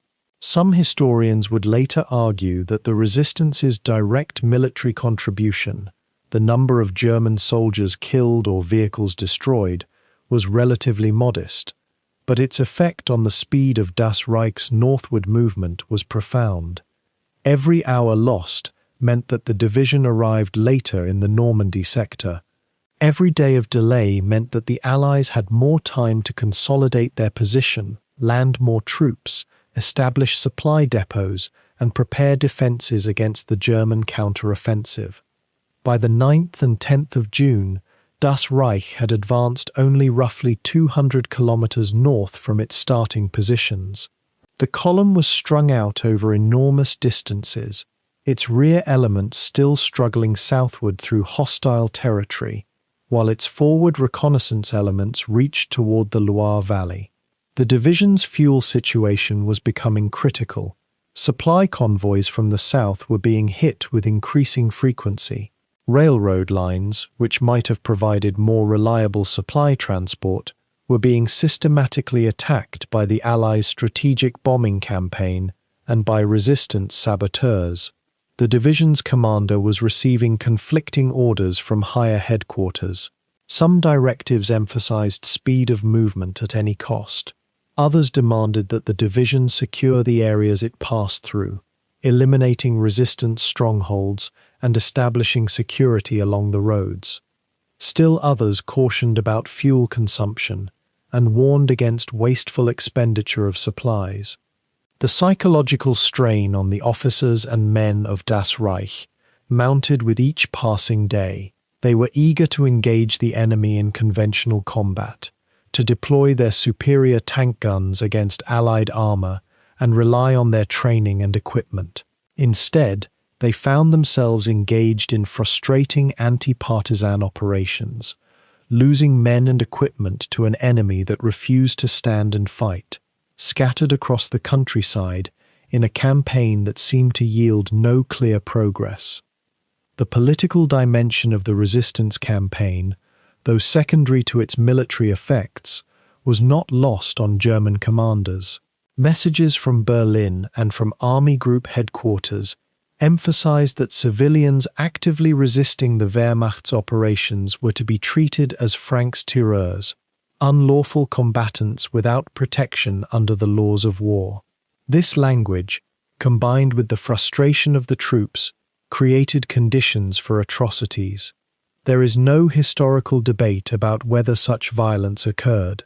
Documented evidence, including testimony from survivors, from German participants in later interviews and trials, and from military records, establishes that Das Reich committed killings of civilians suspected of resistance activities in villages and towns along its route north.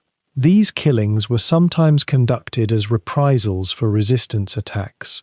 Sometimes they appeared to be acts of frustration and rage by soldiers who felt they were fighting an enemy that could not be decisively engaged. Sometimes they reflected the Nazi ideology that viewed the French population, and particularly those resisting German occupation, as enemies of the Reich, regardless of their formal combatant status. The historical record of Das Reich's advance north includes not only the military delays and frustrations, but also these darker chapters, the actions that would later form part of the documentation against individuals within the division for war crimes. As the column continued its grinding northward advance, the outer elements of Das Reich finally began to encounter organized Allied forces.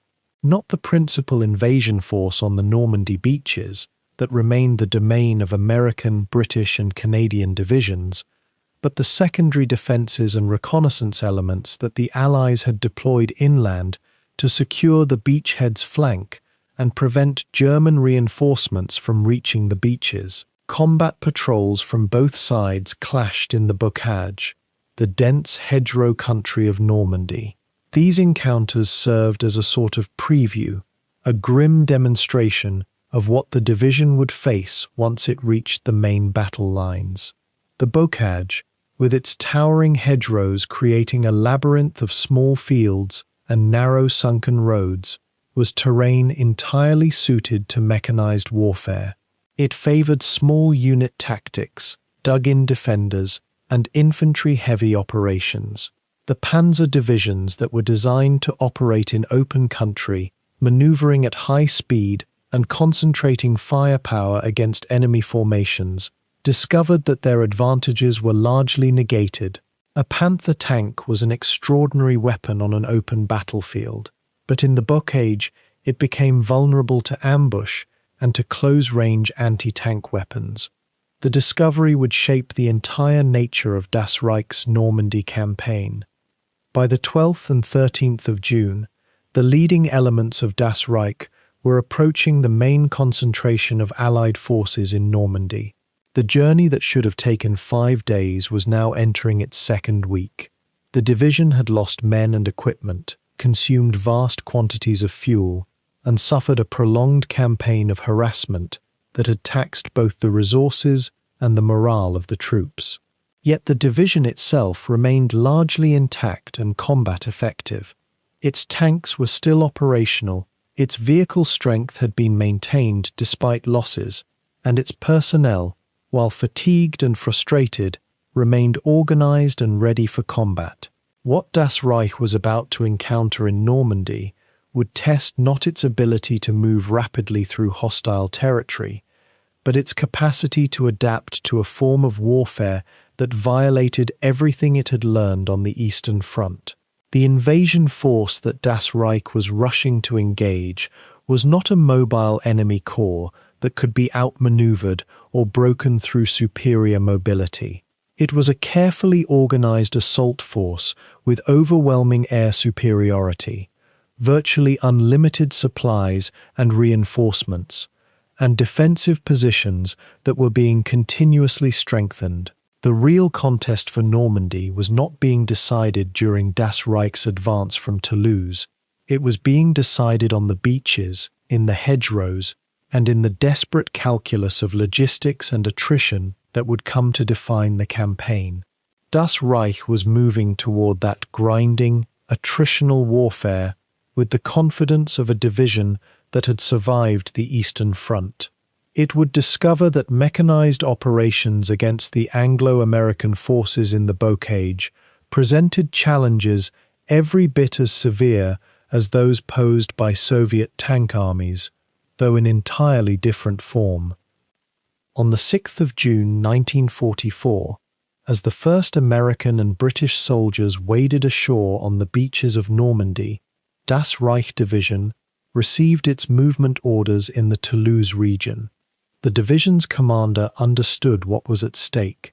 More than 14,000 men, hundreds of tanks, half-tracks, trucks, and all the mechanical apparatus of a modern panzer division would need to travel roughly 700 kilometers northward to reach the invasion front. Under normal conditions, this journey would take perhaps 5 days. The roads were open, supply lines functional, and the division's vehicles relatively intact after months of defensive operations in southwestern France. But the roads were not open. Supply lines would not remain functional, and 5 days was a calculation made in peacetime by men who had not yet encountered what stood between Toulouse and Normandy. The French resistance had spent years preparing for this moment. In villages and forests throughout the Massif Central and along the Loire Valley, partisans had stockpiled weapons, studied German routes of advance, and planned methodical disruption. When word of the invasion reached these scattered networks, they understood their purpose with sudden clarity. They were to delay, harass, and if possible, prevent German reinforcements from reaching the Normandy battlefield. Das Reich was not merely a division moving north, It was a military target, and the roads it traveled ran through hostile territory where the occupier's authority had always been fragile, dependent on force rather than consent. Now that force was about suddenly divided between the invasion front and the interior. The resistance meant to exploit that division ruthlessly. The movement began on the evening of the 6th of June. Forward elements of Das Reich departed Toulouse in darkness, heading north through the Quercy region toward Montauban and beyond. The division was organized in long columns, hundreds of vehicles strung out across roads that twisted through medieval towns and farmland. Officers calculated that the main body would follow in waves, maintaining momentum and spacing to prevent catastrophic bunching that would invite air attack. But the very size of the movement made concealment impossible. By the morning of the 7th of June, resistance scouts had reported the division's departure and location to Allied forces. Messages were sent through underground networks. Ambush sites were prepared. Men and women who had waited years for this opportunity began moving toward the roads. The first attacks came near the small town of Montauban on the afternoon of the 7th of June. Resistance fighters ambushed a supply convoy, blocking the road with felled trees and attacking with automatic weapons and grenades. The German soldiers returned fire, suffered casualties, but ultimately overwhelmed the lightly armed partisans through superior firepower and numbers. The convoy was delayed for perhaps 2 hours. Men were killed on both sides. But more significantly, the German command received confirmation of what they had perhaps not fully anticipated. The resistance was not a nuisance. It was an organized, coordinated force capable of mounting repeated attacks. Orders went out for increased security, stronger escort forces, and more aggressive patrolling of the roads ahead. These measures would slow the division's movement further, spreading trucks and personnel across a wider area and requiring more vehicles for protection than for transport. As the division pushed deeper into the Massif Central, the attacks intensified. Bridges were demolished before German engineering parties could cross them. The resistance did not always wait for combat. Sometimes they simply destroyed infrastructure and withdrew, knowing that German repair crews would be forced to spend hours rebuilding. A bridge across the Lot River near Cahors was blown up on the 8th of June, forcing the division to route columns eastward through mountainous terrain where roads were narrower, steeper, and slower. Every detour added hours. Every detour multiplied the opportunities for ambush.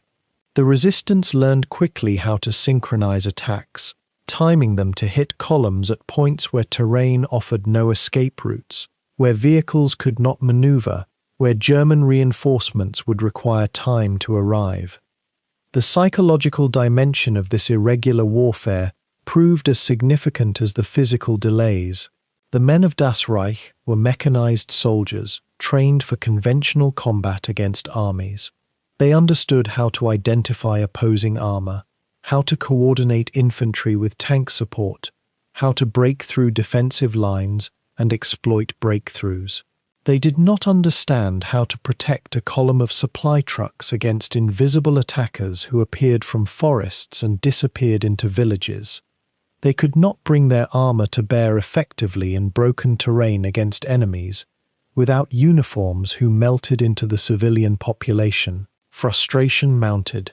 Fearlessness toward conventional opponents gave way to unease about roads that looked peaceful in daylight, but concealed danger at dusk. Men began firing on buildings, on groups of civilians, on anything that seemed suspicious. This brutality was exactly what the resistance sought. It alienated the local population further, created more recruits for the partisans, and deepened the sense among German soldiers that they were surrounded by enemies. By the 10th of June, Das Reich had not yet reached the Loire Valley.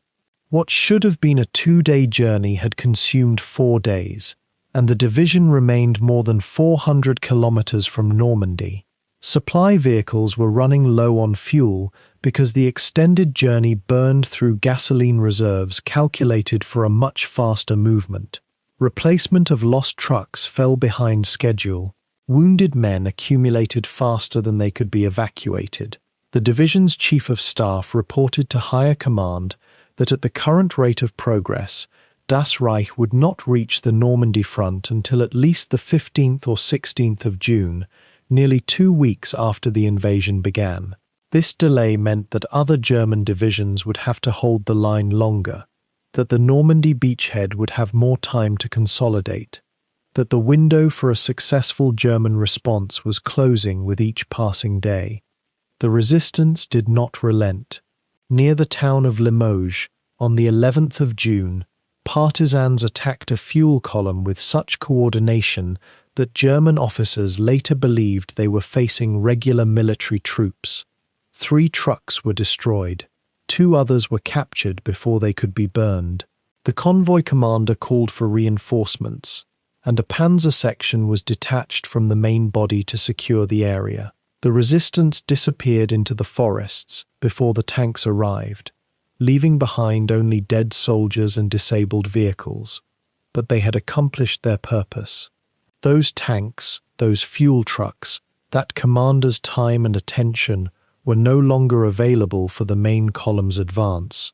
This was the essential mathematics of irregular warfare.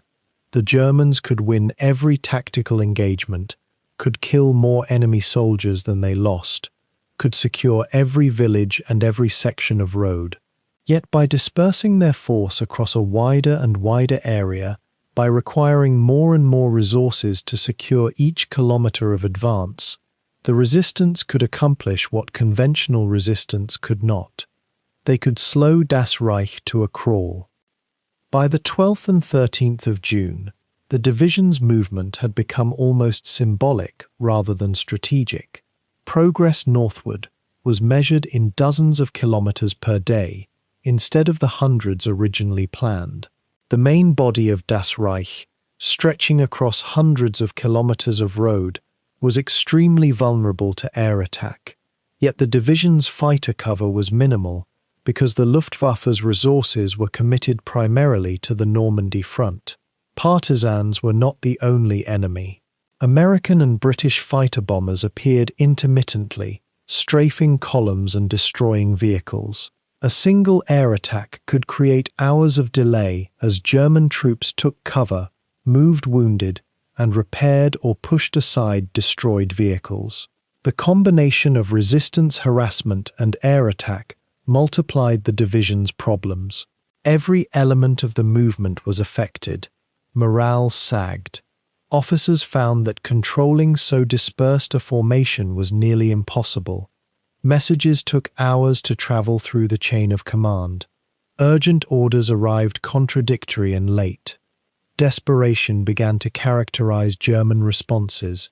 In several locations, Das Reich soldiers conducted reprisal killings against French civilians suspected of harboring resistance fighters. In the village of Oradour-sur-Glane, on the 10th of June, elements of the division conducted a massacre of appalling proportions, killing hundreds of civilians in what became one of the most notorious atrocities of the war in France. These actions were motivated partly by frustration, partly by propaganda that characterized the resistance as illegitimate combatants, partly by the sense of vulnerability that came from being hunted along roads where every civilian seemed a potential enemy. The killings accomplished nothing strategically. If anything, they accelerated the recruitment of resistance fighters and hardened local opposition to the German occupation.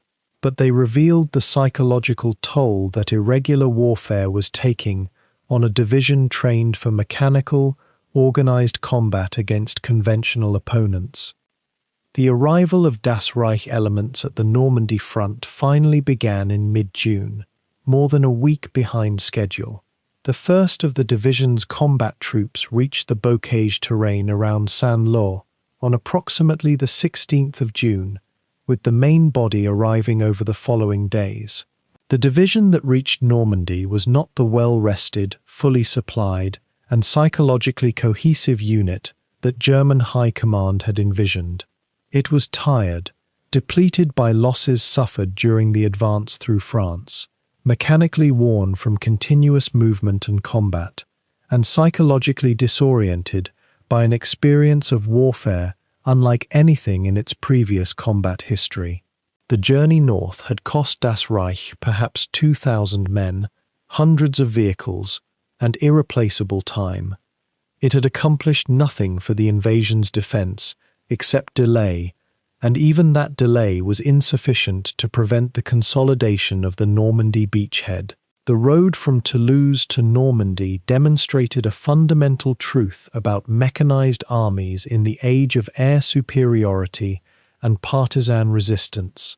Strength in armor and firepower could not prevent determined and distributed opposition from extracting a terrible price, measured not just in destroyed vehicles, but in lost strategic advantage. By the middle of June 1944, the Das Reich division had travelled nearly 400 kilometres from its assembly areas in southwestern France. What had begun as a rapid motorised deployment northward had transformed into an odyssey of ambush, sabotage, and frustration. The journey that Wehrmacht planners had calculated should take 5 days had stretched across 14. Yet despite the attrition and the constant harassment from French resistance fighters, the division's leading elements began to appear on the outskirts of the Normandy battlefield. The bocage awaited them, a landscape utterly unlike anything for which their commanders had trained or their tactics had prepared them. The bocage is a type of terrain found across much of northwestern France, and it represented a complete inversion of everything the German Panzer Arm had learned across 4 years of warfare. Rather than open plains where mechanized forces could exploit their superior mobility and firepower, the bocage consisted of a dense network of small fields, each separated by ancient hedgerows, thick tangles of hawthorn, oak, and bramble that had accumulated over centuries of French rural life. These hedgerows rose sometimes as high as 4 meters, with deep ditches running alongside them. Sunken roads, often cut down over generations of use, created natural trenches. The fields themselves were rarely larger than a few hectares. Visibility was measured in tens of meters, rather than kilometers. For an army trained in the doctrine of maneuver warfare, of sweeping encirclement and penetration, the bocage was a nightmare landscape. It was infantry country, not tank country. It was a defensive position waiting to be exploited, not an arena for mobile warfare. The American forces already holding positions in this terrain had begun to understand these advantages, though it had taken them time and blood to do so.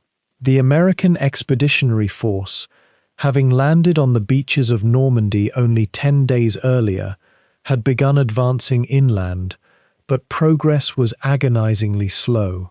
The bocage negated the American advantage in armor and firepower.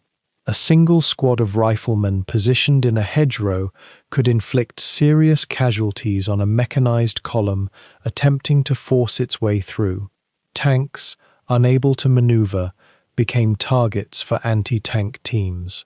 The Americans were learning hard lessons about how their doctrine of rapid breakthrough would not translate directly into hedgerow warfare. They were also learning, however, that the bocage could be conquered through patience, firepower concentration, and acceptance of mounting casualties.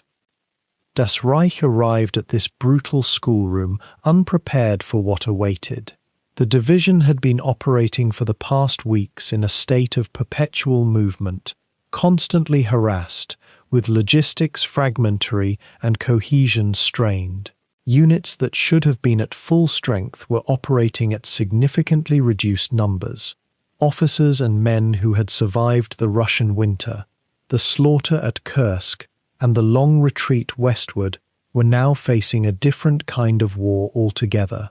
The open steppes where they had learned to maneuver, where a flank could be turned and an enemy force encircled, had prepared them poorly for combat in terrain where the battlefield could extend no more than a few hundred meters in any direction. Yet they had little time for adjustment. American forces were pressing forward, consolidating their beachhead, and the German High Command demanded that Das Reich participate in counterattacks to drive the invaders back into the sea. The division's approach to the combat zone near Saint-Lô in mid-June revealed the first indications that something fundamental about this battle would be different from their previous experiences.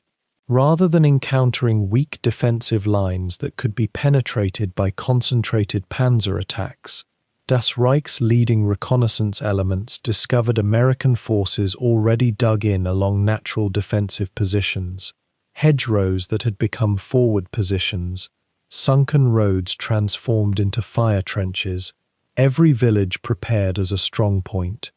The density of American firepower was also immediately apparent. Where the division's intelligence had suggested scattered American units, they found instead coordinated positions with interlocking fields of fire, supported by artillery that seemed to fall with precision and weight that exceeded anything experienced on the Eastern Front. The American army was smaller than the Soviet army, but it was moving to concentrate firepower with extraordinary efficiency, and this firepower was leveraged by air superiority that prevented German movement during daylight hours. The first significant engagement between Das Reich and American forces near Saint-Lô revealed the inadequacy of established German panzer tactics in bocage terrain. When Das Reich's armor attempted frontal assaults against American positions, the tanks became silhouetted against the hedgerows, unable to achieve effective covering fire or maneuver around enemy positions. American infantry, sheltered in the hedgerows, used handheld anti-tank weapons, principally the bazooka, to strike at German vehicles from ranges where German defensive machine gun fire could not suppress them. German infantry, accustomed to following armor advances across open terrain, found themselves instead bogged down in close-quarters combat within and between hedgerows. The German infantry assault rifle, with its long sight radius and excellent marksmanship potential, was handicapped in the close-range, broken terrain combat that the bocage demanded. American Tommy guns and carbines, weapons derided as underpowered by German standards, proved devastatingly effective in the conditions actually being encountered. As the fighting continued through mid-June, it became clear that Das Reich's commanders were forced to make rapid tactical adjustments to realities that their doctrine had not anticipated. The division began to operate less as a unified mechanized formation and more as a collection of battle groups, each attempting to penetrate the American defensive positions through combination of armor support and concentrated infantry assault. These battle groups would attack a hedgerow position, support infantry would assault through or around the hedges while tanks provided covering fire, and if they succeeded, they would advance to the next position where American defensive lines would be waiting. Progress was measured not in kilometers, but in individual hedgerows. A victorious day might see the division advance 2 or 3 kilometers, having suffered casualties that would have been considered excessive had they achieved twice that distance on the open steppes. The character of warfare had changed completely, and the division found itself in a grinding, attritional struggle for which it was inadequately prepared. The psychological impact on Das Reich's personnel cannot be overlooked. The division had developed a reputation across both the Eastern Front and the earlier Western campaigns for rapid, decisive mobile warfare. Officers had been trained to think in terms of bold maneuver, of identifying enemy weak points and exploiting them with speed and concentrated firepower. The bocage warfare demanded something entirely different: patience with grinding advance, acceptance of limited objectives, and constant exposure to enemy firepower without the ability to bring German advantages in speed and maneuver to bear. Veterans of the Russian campaigns found themselves in situations where individual courage and unit cohesion were tested in ways that mechanized doctrine had not prepared them for. Men who had survived the winter near Moscow, who had participated in vast armored battles, suddenly found themselves vulnerable to enemy riflemen, hidden in hedgerows, unable to see more than a few dozen meters in any direction. The American forces, despite their own initial struggles with bocage warfare, held significant advantages that became more pronounced with each passing day. American logistics were functioning smoothly, with supply lines extending back to the beaches, where ships continuously offloaded ammunition, fuel, and reinforcements. German logistics, already strained by the long journey from southwestern France, became increasingly difficult as American air superiority prevented movement of supply columns during daylight hours, and the bocage itself restricted routes for moving vehicles. American reinforcements were arriving continuously. Fresh divisions were coming ashore and moving inland. German reinforcements, what few were available, were sparse. American artillery could be concentrated with remarkable efficiency and employed in support of infantry attacks. German artillery, always valuable, was becoming increasingly scarce as divisions were drawn down across other sectors of the front. The Americans could afford casualties in exchange for territorial gain. Das Reich could not. By late June, as the fighting continued in the bocage near Saint-Lô, it became apparent that Das Reich was engaged in a battle it could not win through maneuver and mobility. The division's tactical reputation, earned through years of successful operations, could not be applied effectively to this terrain against this opponent. What Das Reich was experiencing was not a failure of courage or training on the part of its personnel, but rather a fundamental mismatch between the weapons systems, tactics, and doctrine that had been developed for mobile warfare and the requirements of fighting in terrain that negated mobility entirely. The bocage was a corrective force, a landscape that stripped away the theoretical advantages of the panzer arm and forced the decision down to the most basic level of infantry combat, firepower concentration, and the ability to absorb and inflict casualties. Das Reich would continue to fight in Normandy for nearly 2 months. It would continue to contest American advances yard by yard through the hedgerows. But from the moment it arrived in the bocage, the outcome of its campaign in Normandy was substantially determined. Against an enemy with superior numbers, unlimited resources, and air superiority, engaged on terrain where German advantages could not be brought to bear, Das Reich faced not victory, but rather a prolonged struggle toward eventual defeat. The division's officers understood this with growing clarity as June progressed. The High Command's expectations of driving the Allies back into the sea receded into impossibility. Instead, Das Reich found itself committed to a series of tactical engagements designed merely to slow American advances, to trade territory for American casualties, and to maintain cohesion in the face of overwhelming pressure. The soldiers of Das Reich, many of them veterans of brutal combat on the Eastern Front, learned once again to adapt to new conditions, to survive in an environment that offered limited opportunities for the kind of warfare in which they had been trained. The bocage had received Das Reich's arrival with hedgerows, American firepower, and the grinding certainty that the division's great era of mobile warfare was behind it. What lay ahead was attrition, confusion, and the slow dissolution of the fighting power that Das Reich had built and maintained across 4 years of warfare. The world of northwestern France in summer 1944 would become a graveyard for that reputation. The blockade was not what Das Reich had anticipated.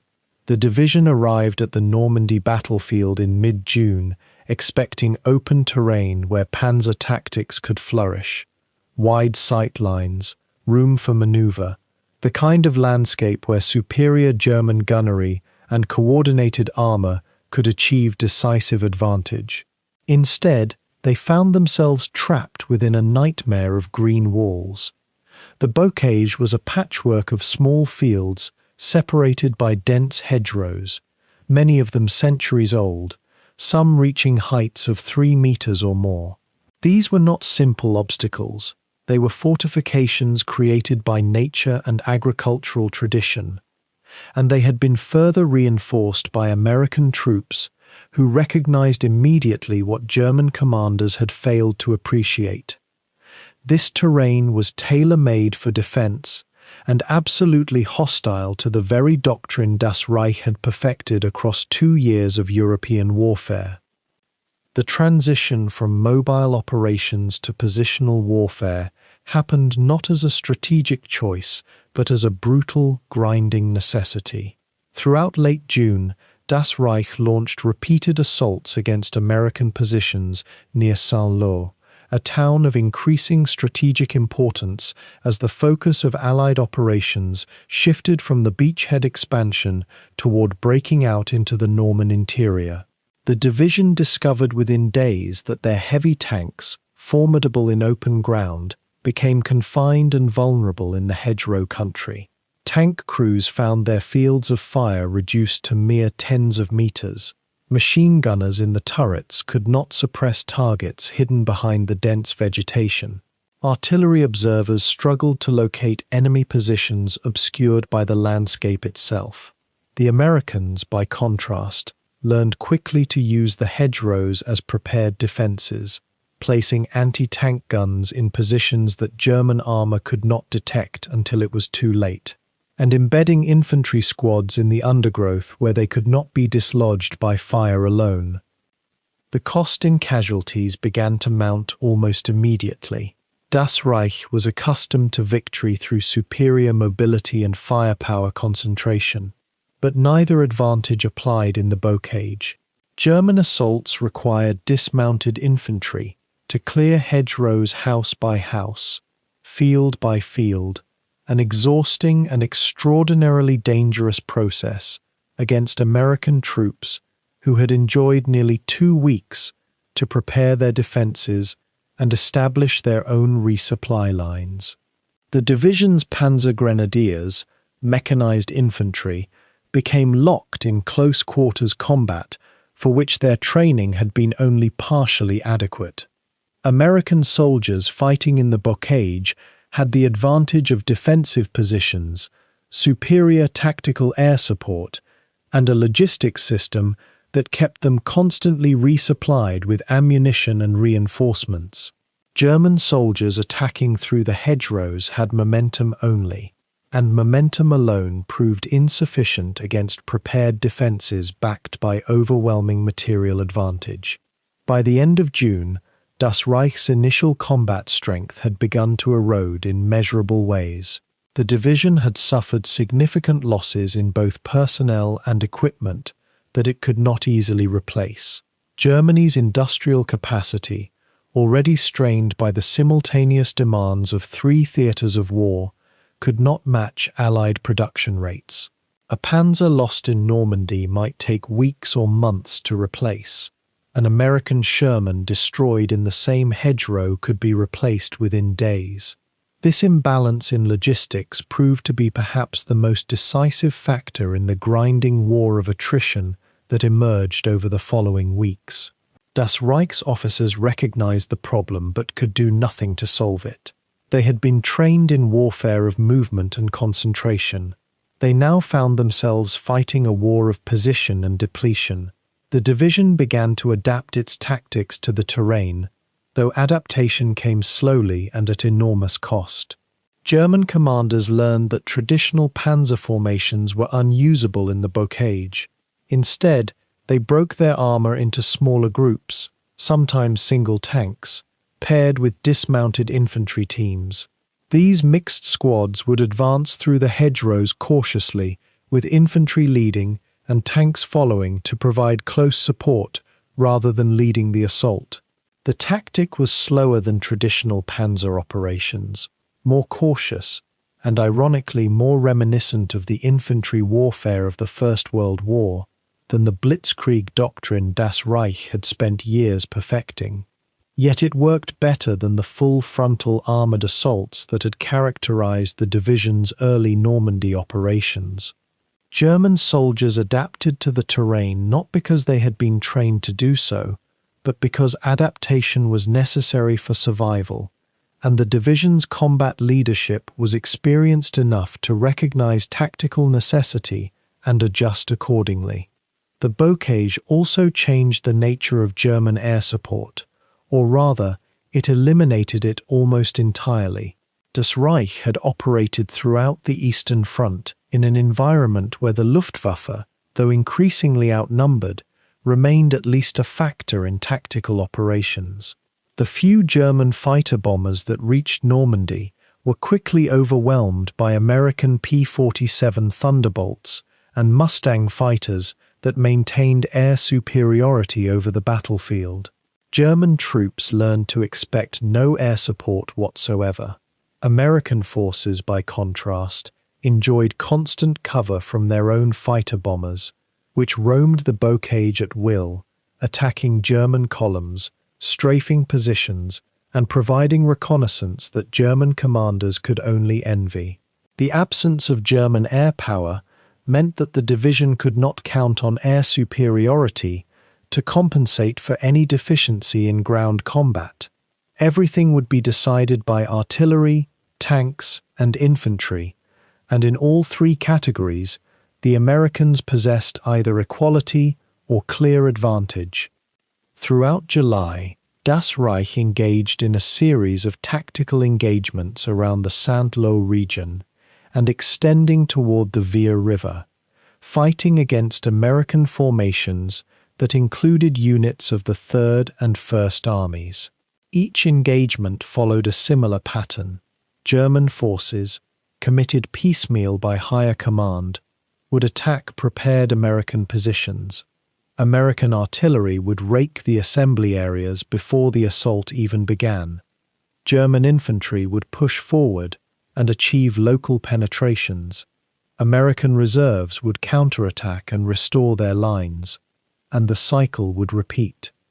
The division was wearing down, not spectacularly, not catastrophically, but consistently and inevitably. Experienced soldiers were killed or wounded and replaced by younger, less trained reinforcements.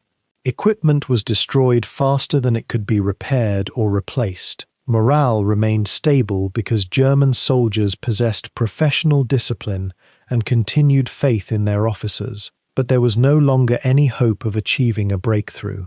The bocage had become a furnace of attrition, and Das Reich was burning in it. The Americans, by early July, had completed their beachhead consolidation and begun the process of breaking out from the Norman bridgehead toward the interior of France.